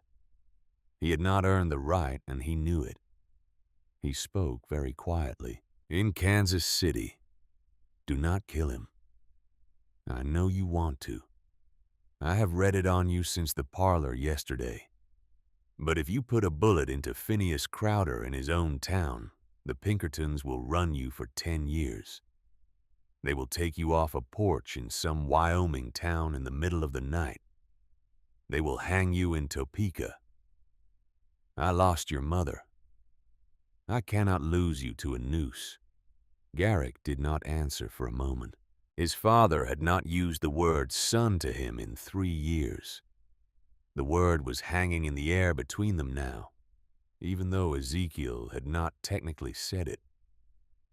It was hanging there, because the old man's voice had cracked when he said, "Your mother." Garrick looked down at the floor. He nodded once. "I will try." Ezekiel closed his eyes. A single tear ran down the side of his nose into the salt and pepper of his beard. He let it. The journey east took 6 days. They rode out of Cheyenne on the Union Pacific. They changed at Omaha. They changed again at St. Joseph. They sat across from each other in a second-class car for most of it, because Garrick refused to sleep facing away from a door, and they took meals out of a paper sack, because the dining car smelled. Garrick said, like a saloon at 3 in the morning. For the first 3 days, he barely spoke. On the 4th night, somewhere east of the Missouri with the wheels clattering under them and the lamp swinging on its hook above their seat, Garrick finally talked. He talked about his mother. "You asked me back at the ranch why I did not speak to you for the first week. It was not because I disliked you. It was because I expected you to leave my brother. I had seen that before. My mother left my father, and then she came back to him, and then she died in his bed. And I was 4 years old, and I was the one in the room with her. I was the only one." His face was turned toward the dark glass of the train window. The reflection of the lamp on his cheek was the only light. She was Scots-Irish, out of Belfast by way of New York in a wagon train through Iowa. She took the smallpox in February of 1853. My father rode all the way down to Sheridan and brought back 4 doctors. 4. He paid them in advance. 3 of them rode all the way up to the gate of the ranch and turned around when they got close enough to smell the sickness. The 4th came inside, looked at her once, said, "Let her go natural," and rode back down the mountain. They left her there. They left her with my father, and my father had a 4-year-old boy to keep alive too. And so she died with nobody in the room but me. I sat on the floor by her bed. I did not understand that her hand had stopped moving until the woman who cleaned for us came in the next morning. He swallowed. After that, I did not believe in kind women. I did not believe in any women, honestly. I thought all of them were the doctors at the gate. I thought all of them ran when they were needed. I am 26 years old, Tessa. For 22 years I have carried that. And then on a burned-over piece of ground 3 weeks ago, you walked out of our line and stepped between my father and Rufus Tate. And you did not flinch. You did not run. You did not turn around. And I understood sitting on my horse watching you that I had been wrong about something for a very long time. He turned away from the window. He looked at her in the swinging lantern light. I am asking your forgiveness, sister. It was the word sister that broke her. Tessa reached across the small table between their seats and took his hand. Not in the way a woman takes her lover's hand. In the way a sister takes a brother's. He did not pull away. You have nothing to ask my forgiveness for, Garrick. We are family now. That is all that needs saying. He nodded. He looked back out the window. It took him a moment to speak again. Then let us go and pull our other sister out of that house. They reached Kansas City on the morning of the 7th day. They took rooms at the Coates house on Broadway under the names Mr. and Mrs. Holcomb of Cheyenne. Garrick said it without looking at her. The clerk did not blink. They were given a small parlor and 2 adjoining rooms on the 3rd floor. Tessa sat at the small writing desk. She wrote a careful note in her best hand. She had it sent to the Phineas Crowder residence on Quality Hill at 1 in the afternoon. The note requested an audience that evening on a matter of urgent personal concern affecting Mr. Crowder's coming nuptials. She signed it simply T. Ainsworth. The reply came back in less than 2 hours. Mr. Crowder would receive Miss Ainsworth at 8 o'clock that evening. Garrick spent the afternoon sitting in a chair by the window of their parlor, with both Colts on the table beside him cleaning each one carefully. He did not say more than a dozen words to her. At 7:30 they walked out of the Coates house and got into a hired cab. The cab took them up Quality Hill past the wide lawns and the new stone houses of the men who had made fortunes in beef and grain since the war. The Crowder house sat on the highest lot of all, a 3-story brick mansion with a gas lamp burning at every window.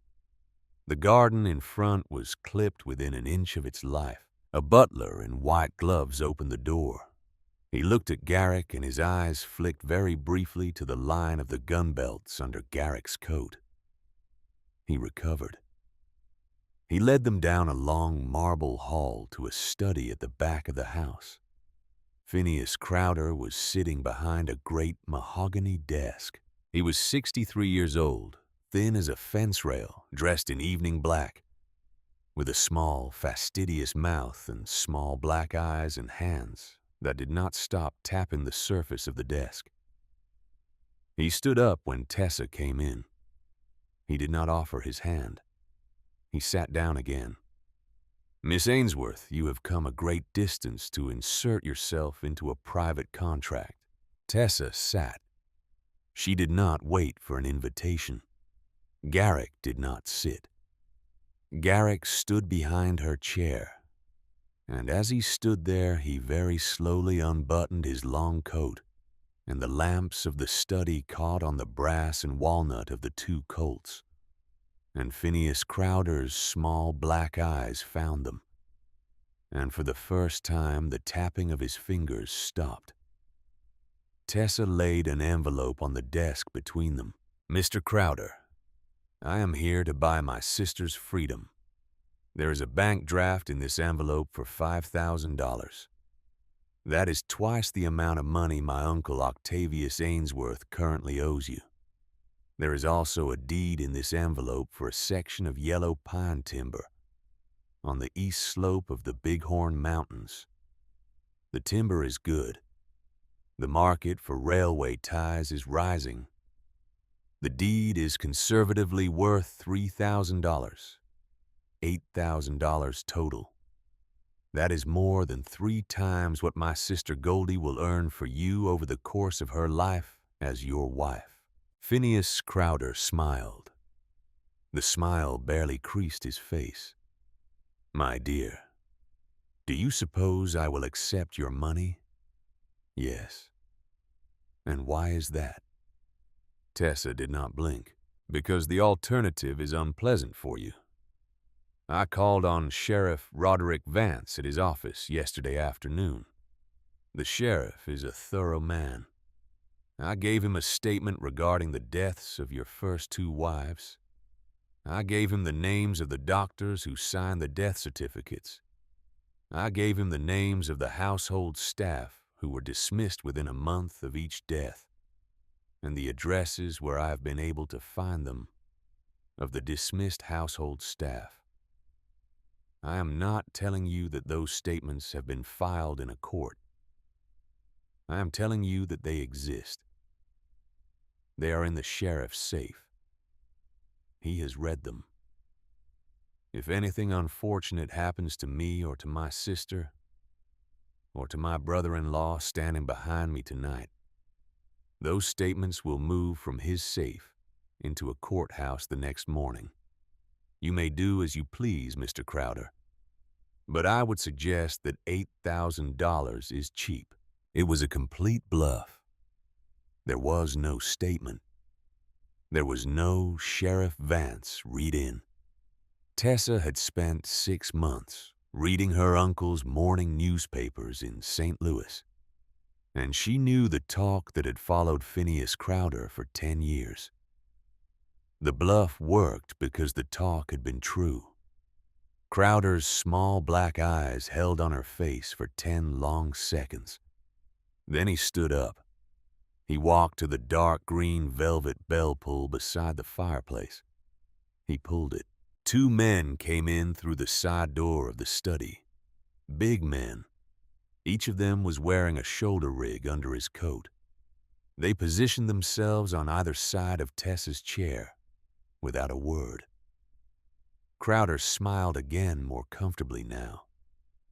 Little girl, you have come into my house and threatened me. I'm afraid you and your tall friend will not be leaving Kansas City in the morning.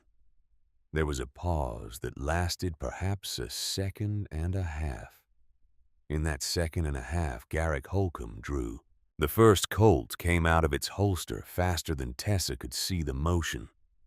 The first round took the right earlobe of the bigger of the 2 housemen, a clean, hot graze that sprayed 3 drops of blood onto the wallpaper behind him, and made him stagger sideways but did not put him down.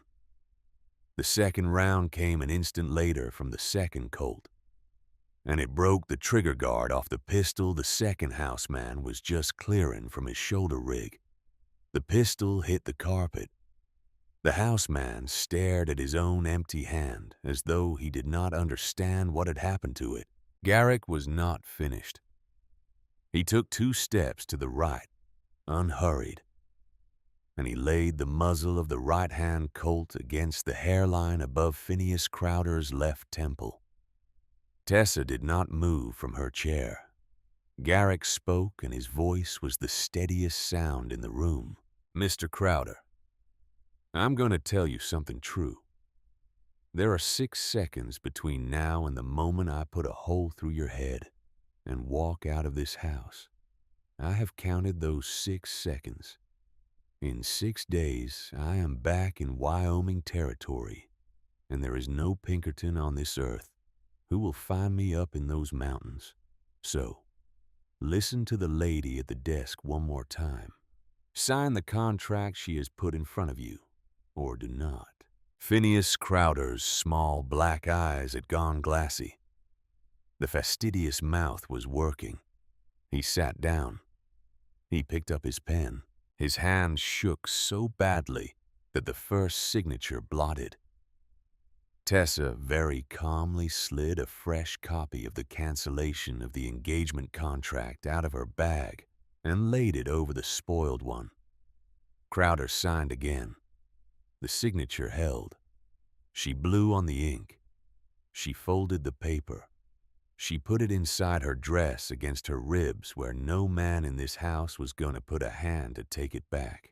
Garrick waited until the document was inside her dress before he eased the muzzle off Crowder's temple. "Stand up, sister.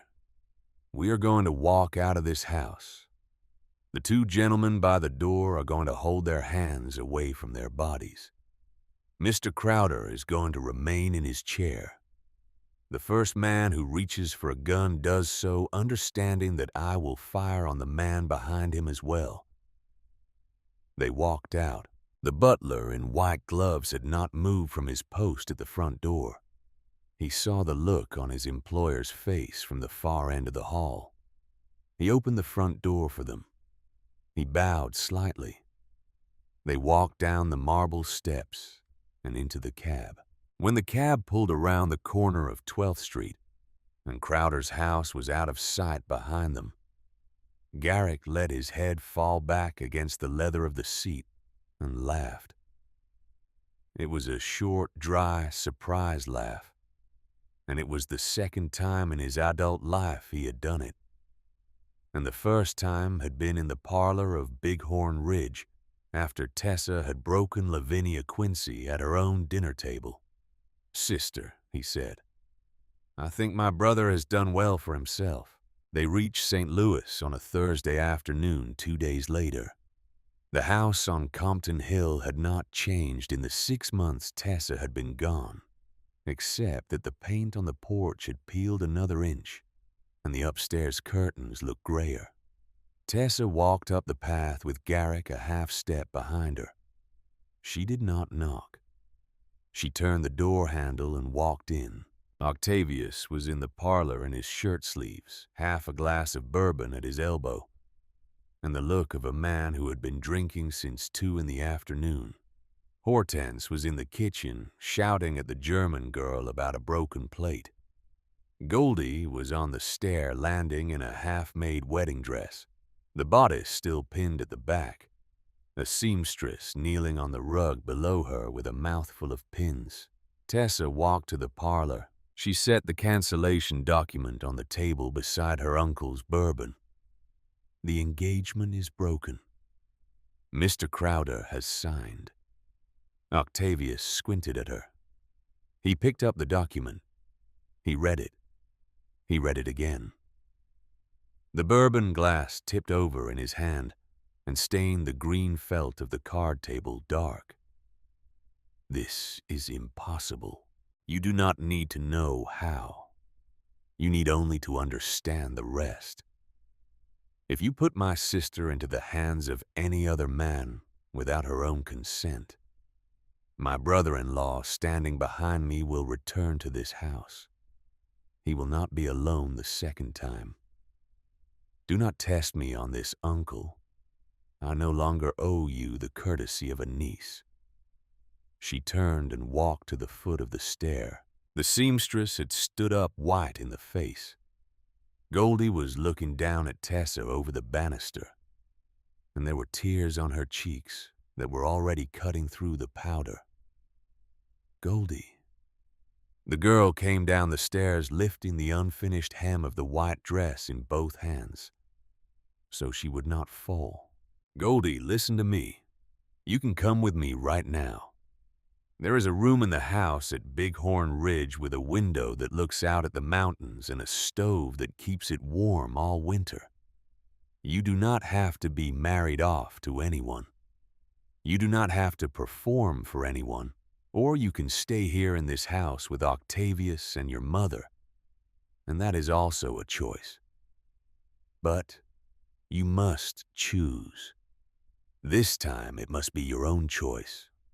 Not because you are afraid. Not because somebody told you. You choose. Goldie reached the bottom of the stair. She let the dress fall. She did not say a word for nearly half a minute. She just stood there in the dim hall in the white silk and looked at Tessa's face. And then her own face crumpled. In a way it had never crumpled before, a real way. And she fell forward against Tessa's shoulder and clutched at the back of her wool coat with both hands. "Take me with you. Please, I am sorry. I am so sorry for all of it. I did not understand how afraid I was until you were gone. Please, please take me with you." Hortense came out of the kitchen with the meat fork in her hand and began to scream that Goldie was her daughter and that Goldie was not going anywhere. Octavius tried to stand up and stagger from the parlor and nearly went down on the rug. Garrick took one slow step forward into the hall and dropped one hand to his hip. He did not draw. He did not need to. He simply stood there. The screaming stopped. Tessa walked her sister out of the house on Compton Hill and into the cab waiting at the gate. She did not look back. She did not need to. She had buried that house the night she walked out of it under cover of dark in October, and what remained inside it was none of her concern. The journey home took 6 days.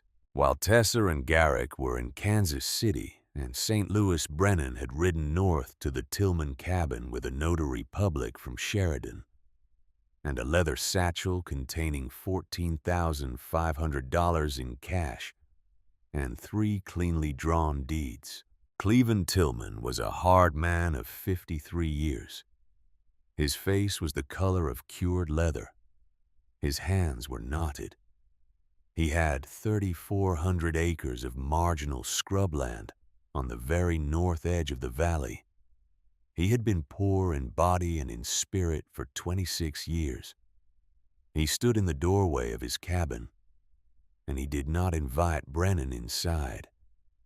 He stood there and let the cold November air come through the open door, and he listened. Brennan laid the documents on the rough plank table just inside the threshold. "Mr. Tillman, my father stole your father's land in the spring of 1849. He paid a man named Thaddeus Crocker in Cheyenne to draw a forged will. He filed that will in the territorial court. Your brothers tried to challenge it and lost.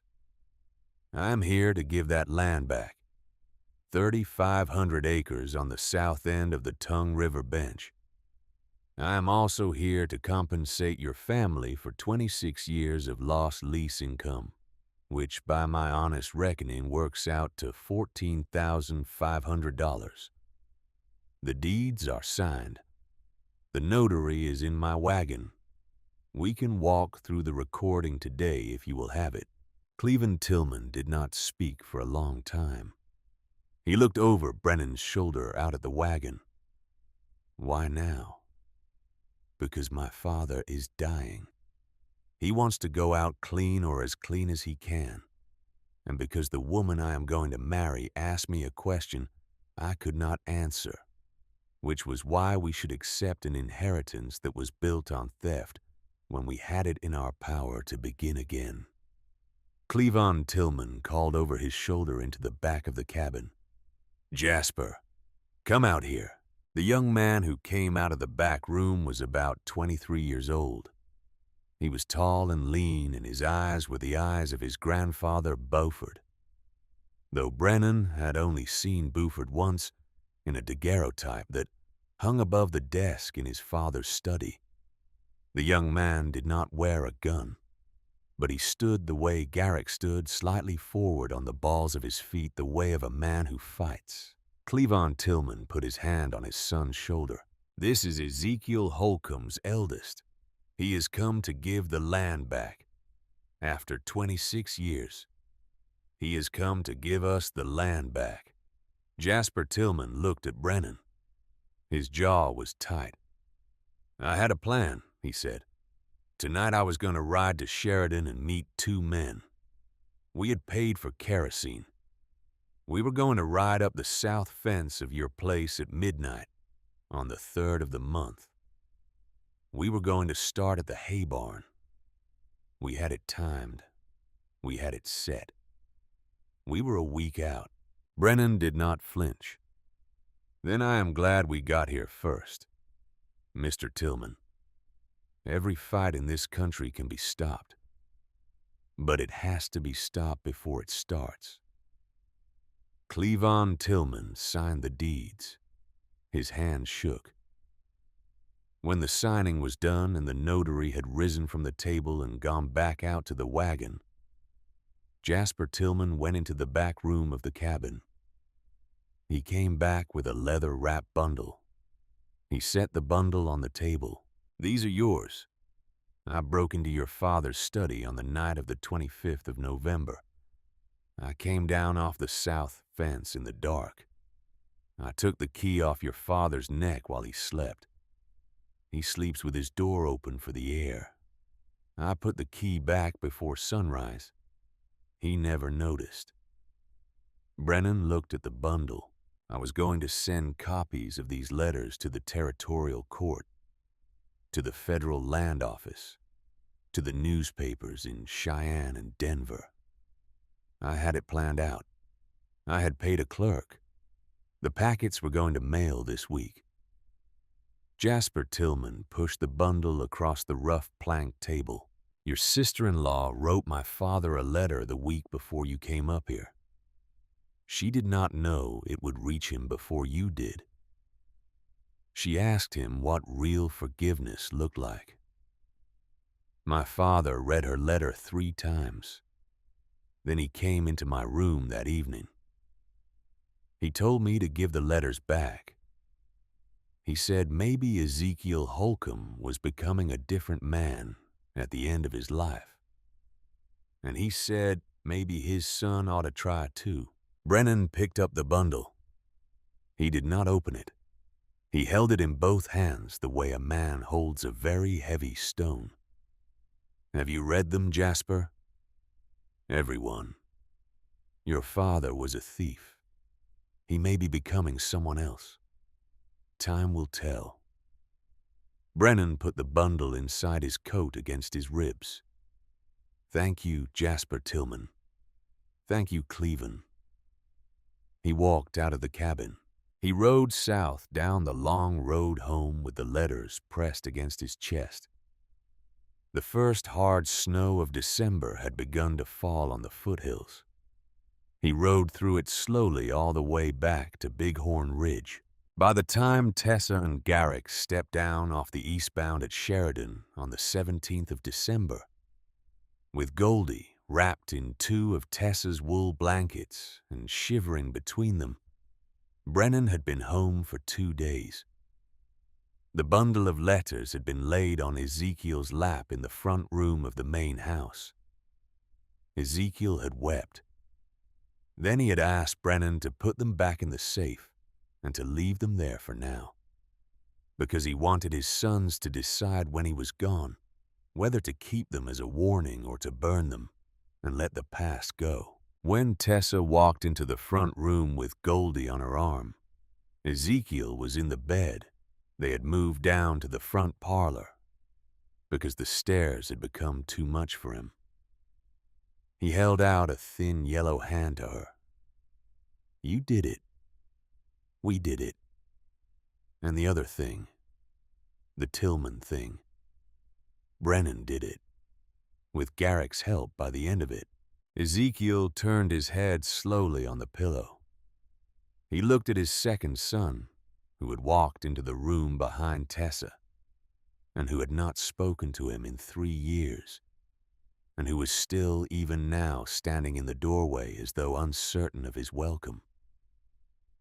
"Garrick, come here, please."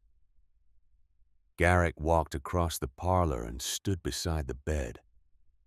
Ezekiel reached up.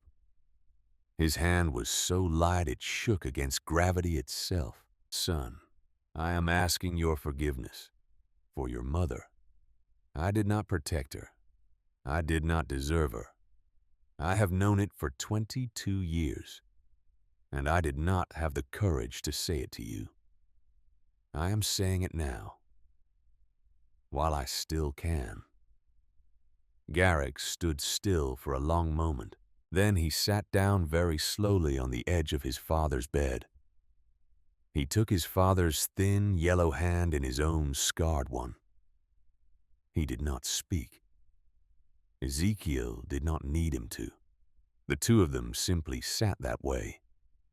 The lamp on the mantel guttered.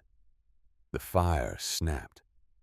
Tessa stood at the foot of the bed and held Brennan's hand and watched the two men, and outside the windows, the snow began to come down again over the Bighorn Mountains, slow and clean and very white. Ezekiel Holcomb died at 4 o'clock the next morning with his eldest son holding one of his hands, and his youngest son holding the other, and his daughter-in-law standing at the foot of his bed. They buried him on the rise above the main house, where you could see the whole valley spread out below you. 200 people came up the road for the service. Rufus Tate rode at the head of his men. Cleveland and Jasper Tillman rode in from the north pasture. Judge Quincy did not come. He sent a wreath. Lavinia Quincy did not send so much as a card. None of that in the end mattered. They were married 6 weeks after the burial. The wedding was held in the front yard of the main house on a clear, cold afternoon in late January of 1876. The snow on the ground reflected the sun and made the whole world bright. Tessa wore a simple cream-colored dress that Mrs. Faversham and Goldie had sewn together by lamplight in the kitchen, and the cameo brooch of her mother at her throat. Garrick stood at his brother's right shoulder. Goldie stood at Tessa's left. The minister out of Sheridan read the words. Brennan kissed his bride very briefly under the falling shake of light off the snow, and Rufus Tate of all people let out a small loud whistle from the front row, and the men of the ranch laughed. That evening, when the guests were gone and the lamps in the great front room had burned down to embers, Brennan Holcomb walked his wife up the wide oak staircase of the house his father had built, and the door of the room next to his old room closed quietly behind them. The house settled around them. The wind came down off Cloud Peak. The snow kept falling. By the morning, every quiet thing between them had become true. Over the next 18 months, the Holcomb Ranch became something it had never been before. Tessa proposed and Brennan agreed, and Garrick supported the founding of what they called the Bighorn Valley Cooperative. The neighboring ranchers became shareholders in proportion to their land and their labor. Rufus Tate, of all men, took a seat on the founding board. Cleveland Tillman sat beside him. Jasper Tillman was hired on as the foreman of the north section, at a salary higher than any hand on the place had ever been paid, because Brennan said that the boys' price for not burning down the ranch had to be paid in honest wages, and not in shame. Garrick became the captain of the security riders. In the spring of 1877, he was elected deputy sheriff of Sheridan County. In the summer of 1879, he married Goldie Ainsworth at the small Methodist church in Sheridan, in front of fewer than 30 guests, and they raised 3 children in a 4-room house on the south slope of the ranch, 2 boys and a girl, and Garrick taught all 3 of them to shoot before they were 10 years old, just the way his father had once taught him, except that he taught them the way a kind man teaches. The bundle of letters from the safe was never opened by anyone outside the family. Brennan and Tessa decided in the end to keep them in the iron box in the study, not as a weapon, as a reminder. They never burned them. They never used them. They simply kept them, and they raised 5 children of their own in the house Ezekiel Holcomb had built, and the Bighorn Valley Cooperative grew and added members, and by the turn of the century, the Holcomb Ranch was the model that was studied by other ranchers, and even for a season by a young Theodore Roosevelt. In the spring of 1898, Garrick Holcomb enlisted as an officer of cavalry and rode into Cuba with the volunteer regiments. Because the country had asked, and because Garrick was 49 years old and still believed that some fights had to be fought by men who knew how to fight cleanly. He died at the foot of a hill in July of that year. He is buried at Arlington. The flag from his coffin is folded in a glass case on the parlor wall of the house on the porch where this story is being told. Goldie never married again. She lived at the ranch until 1920, teaching at the small girls' school she founded in Sheridan, and she is buried beside her husband's empty Wyoming plot on the rise above Bighorn Ridge. Tessa Ainsworth Holcomb died in her sleep on a summer afternoon in 1915 at the age of 61, with Brennan holding her hand exactly the way he had once held his father's hand 40 years earlier. She had borne 5 children. She had seen the valley go from open range to fence wire to telephones and automobiles. She had buried her sister-in-law and her brother-in-law and her oldest son, Adelard, who died of influenza in 1907. She had outlived nearly every enemy she had ever made. She had outlived nearly every friend. The story comes home now the way stories must.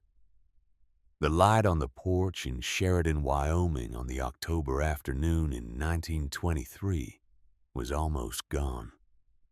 The mountains had turned dark blue against a peach-colored sky. Wesley Holcomb had stopped writing in his notebook some time before. He was simply looking at the old man across from him, and his eyes were full. Brennan Holcomb turned the worn gold ring on his finger. "Grandma Tessa," Wesley said quietly. "Was she really like that? The way you have told it? As strong as that? As clear as that?" The old man smiled. It was a smile his grandson had never seen on his face before. It contained a great deal of grief, but the grief was clean now. It had been carried for a long time and folded with respect, the way a soldier's flag is folded. She was a real woman, boy. She made mistakes. She cried at things you would not expect a strong woman to cry at. She was afraid of bears, and she was afraid of buying her own train tickets, even after 20 years of doing it. She had a temper if you crossed your father in front of her. She was not an angel. Do not write her as an angel. Do not write your great-grandfather Ezekiel as a hero. He was not. Do not write your great-uncle Garrick as a killer. He was not. Write all of them as they were. Real people, tired people, people who failed each other and who failed themselves, and who near the end of it found the courage to start over. He rocked slowly. The wind brought the smell of pine smoke down off the foothills. But the truth at the bottom of it, Wesley, the truth that I want you to take to that university and to the rest of your life, the truth is this. Out there, in November of 1875, on the platform of a depot in a snowstorm, a girl 21 years old who had nothing in this world stepped down off a train with a folded advertisement in her hand. She had no family who wanted her. She had no money. She had no education that society would count. She had no reason to believe she was going to live through the winter. But she chose. She chose to come. And by choosing, do you understand me? By choosing, she saved every last one of us. She saved your great-grandfather his soul before he died. She saved your great-uncle from the bitterness that was eating him alive. She saved her sister Goldie from a man who would have buried her. She saved Cleavon Tillman his land. She saved Rufus Tate his life. She saved this valley from a war it never had to fight. And she saved me, boy. She saved me from a life I had been raised to live and did not want. He stopped. The world will tell you a great many things about what makes a life. Money, title, land, reputation. None of those are the right answer, Wesley. I will tell you what the right answer is, and I have known it for 48 years. The right answer is the woman who chooses you when she has every reason not to, and who keeps choosing you every morning for 40 years. 40 years of a woman like that is more than enough for any man on this earth. I have been in the ground next to her in my heart since the August afternoon she left me. The body is only catching up. Wesley wiped his eyes on the back of his sleeve. He did not try to hide it. The old man stood up slowly out of the rocking chair. He gathered his blanket against him with one hand. He laid the other hand briefly on Wesley's shoulder. You go in the house now. Put the notebook away. Tell your mother I will be along directly. I want a moment. Wesley stood. He picked up the leather notebook. At the door, he turned back. Grandpa, thank you.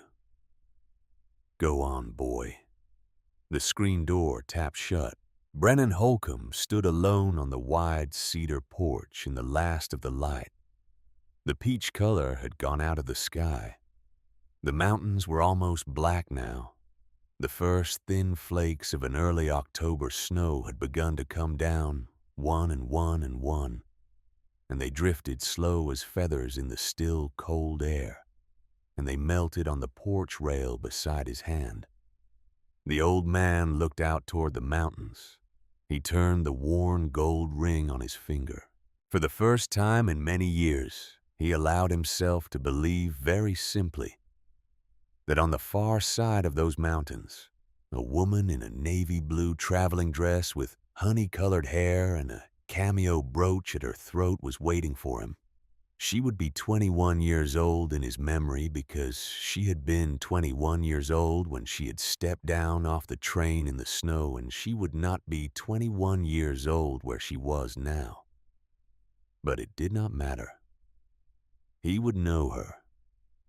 She would know him. The snow kept falling very softly on the porch in Sheridan, Wyoming on the evening of an October day in the year 1923, and that his grandson would write later in the long quiet of a Cambridge dormitory in the spring of 1924 was the story of how a mail-order bride rode into the Bighorns with nothing in her hands and built a country.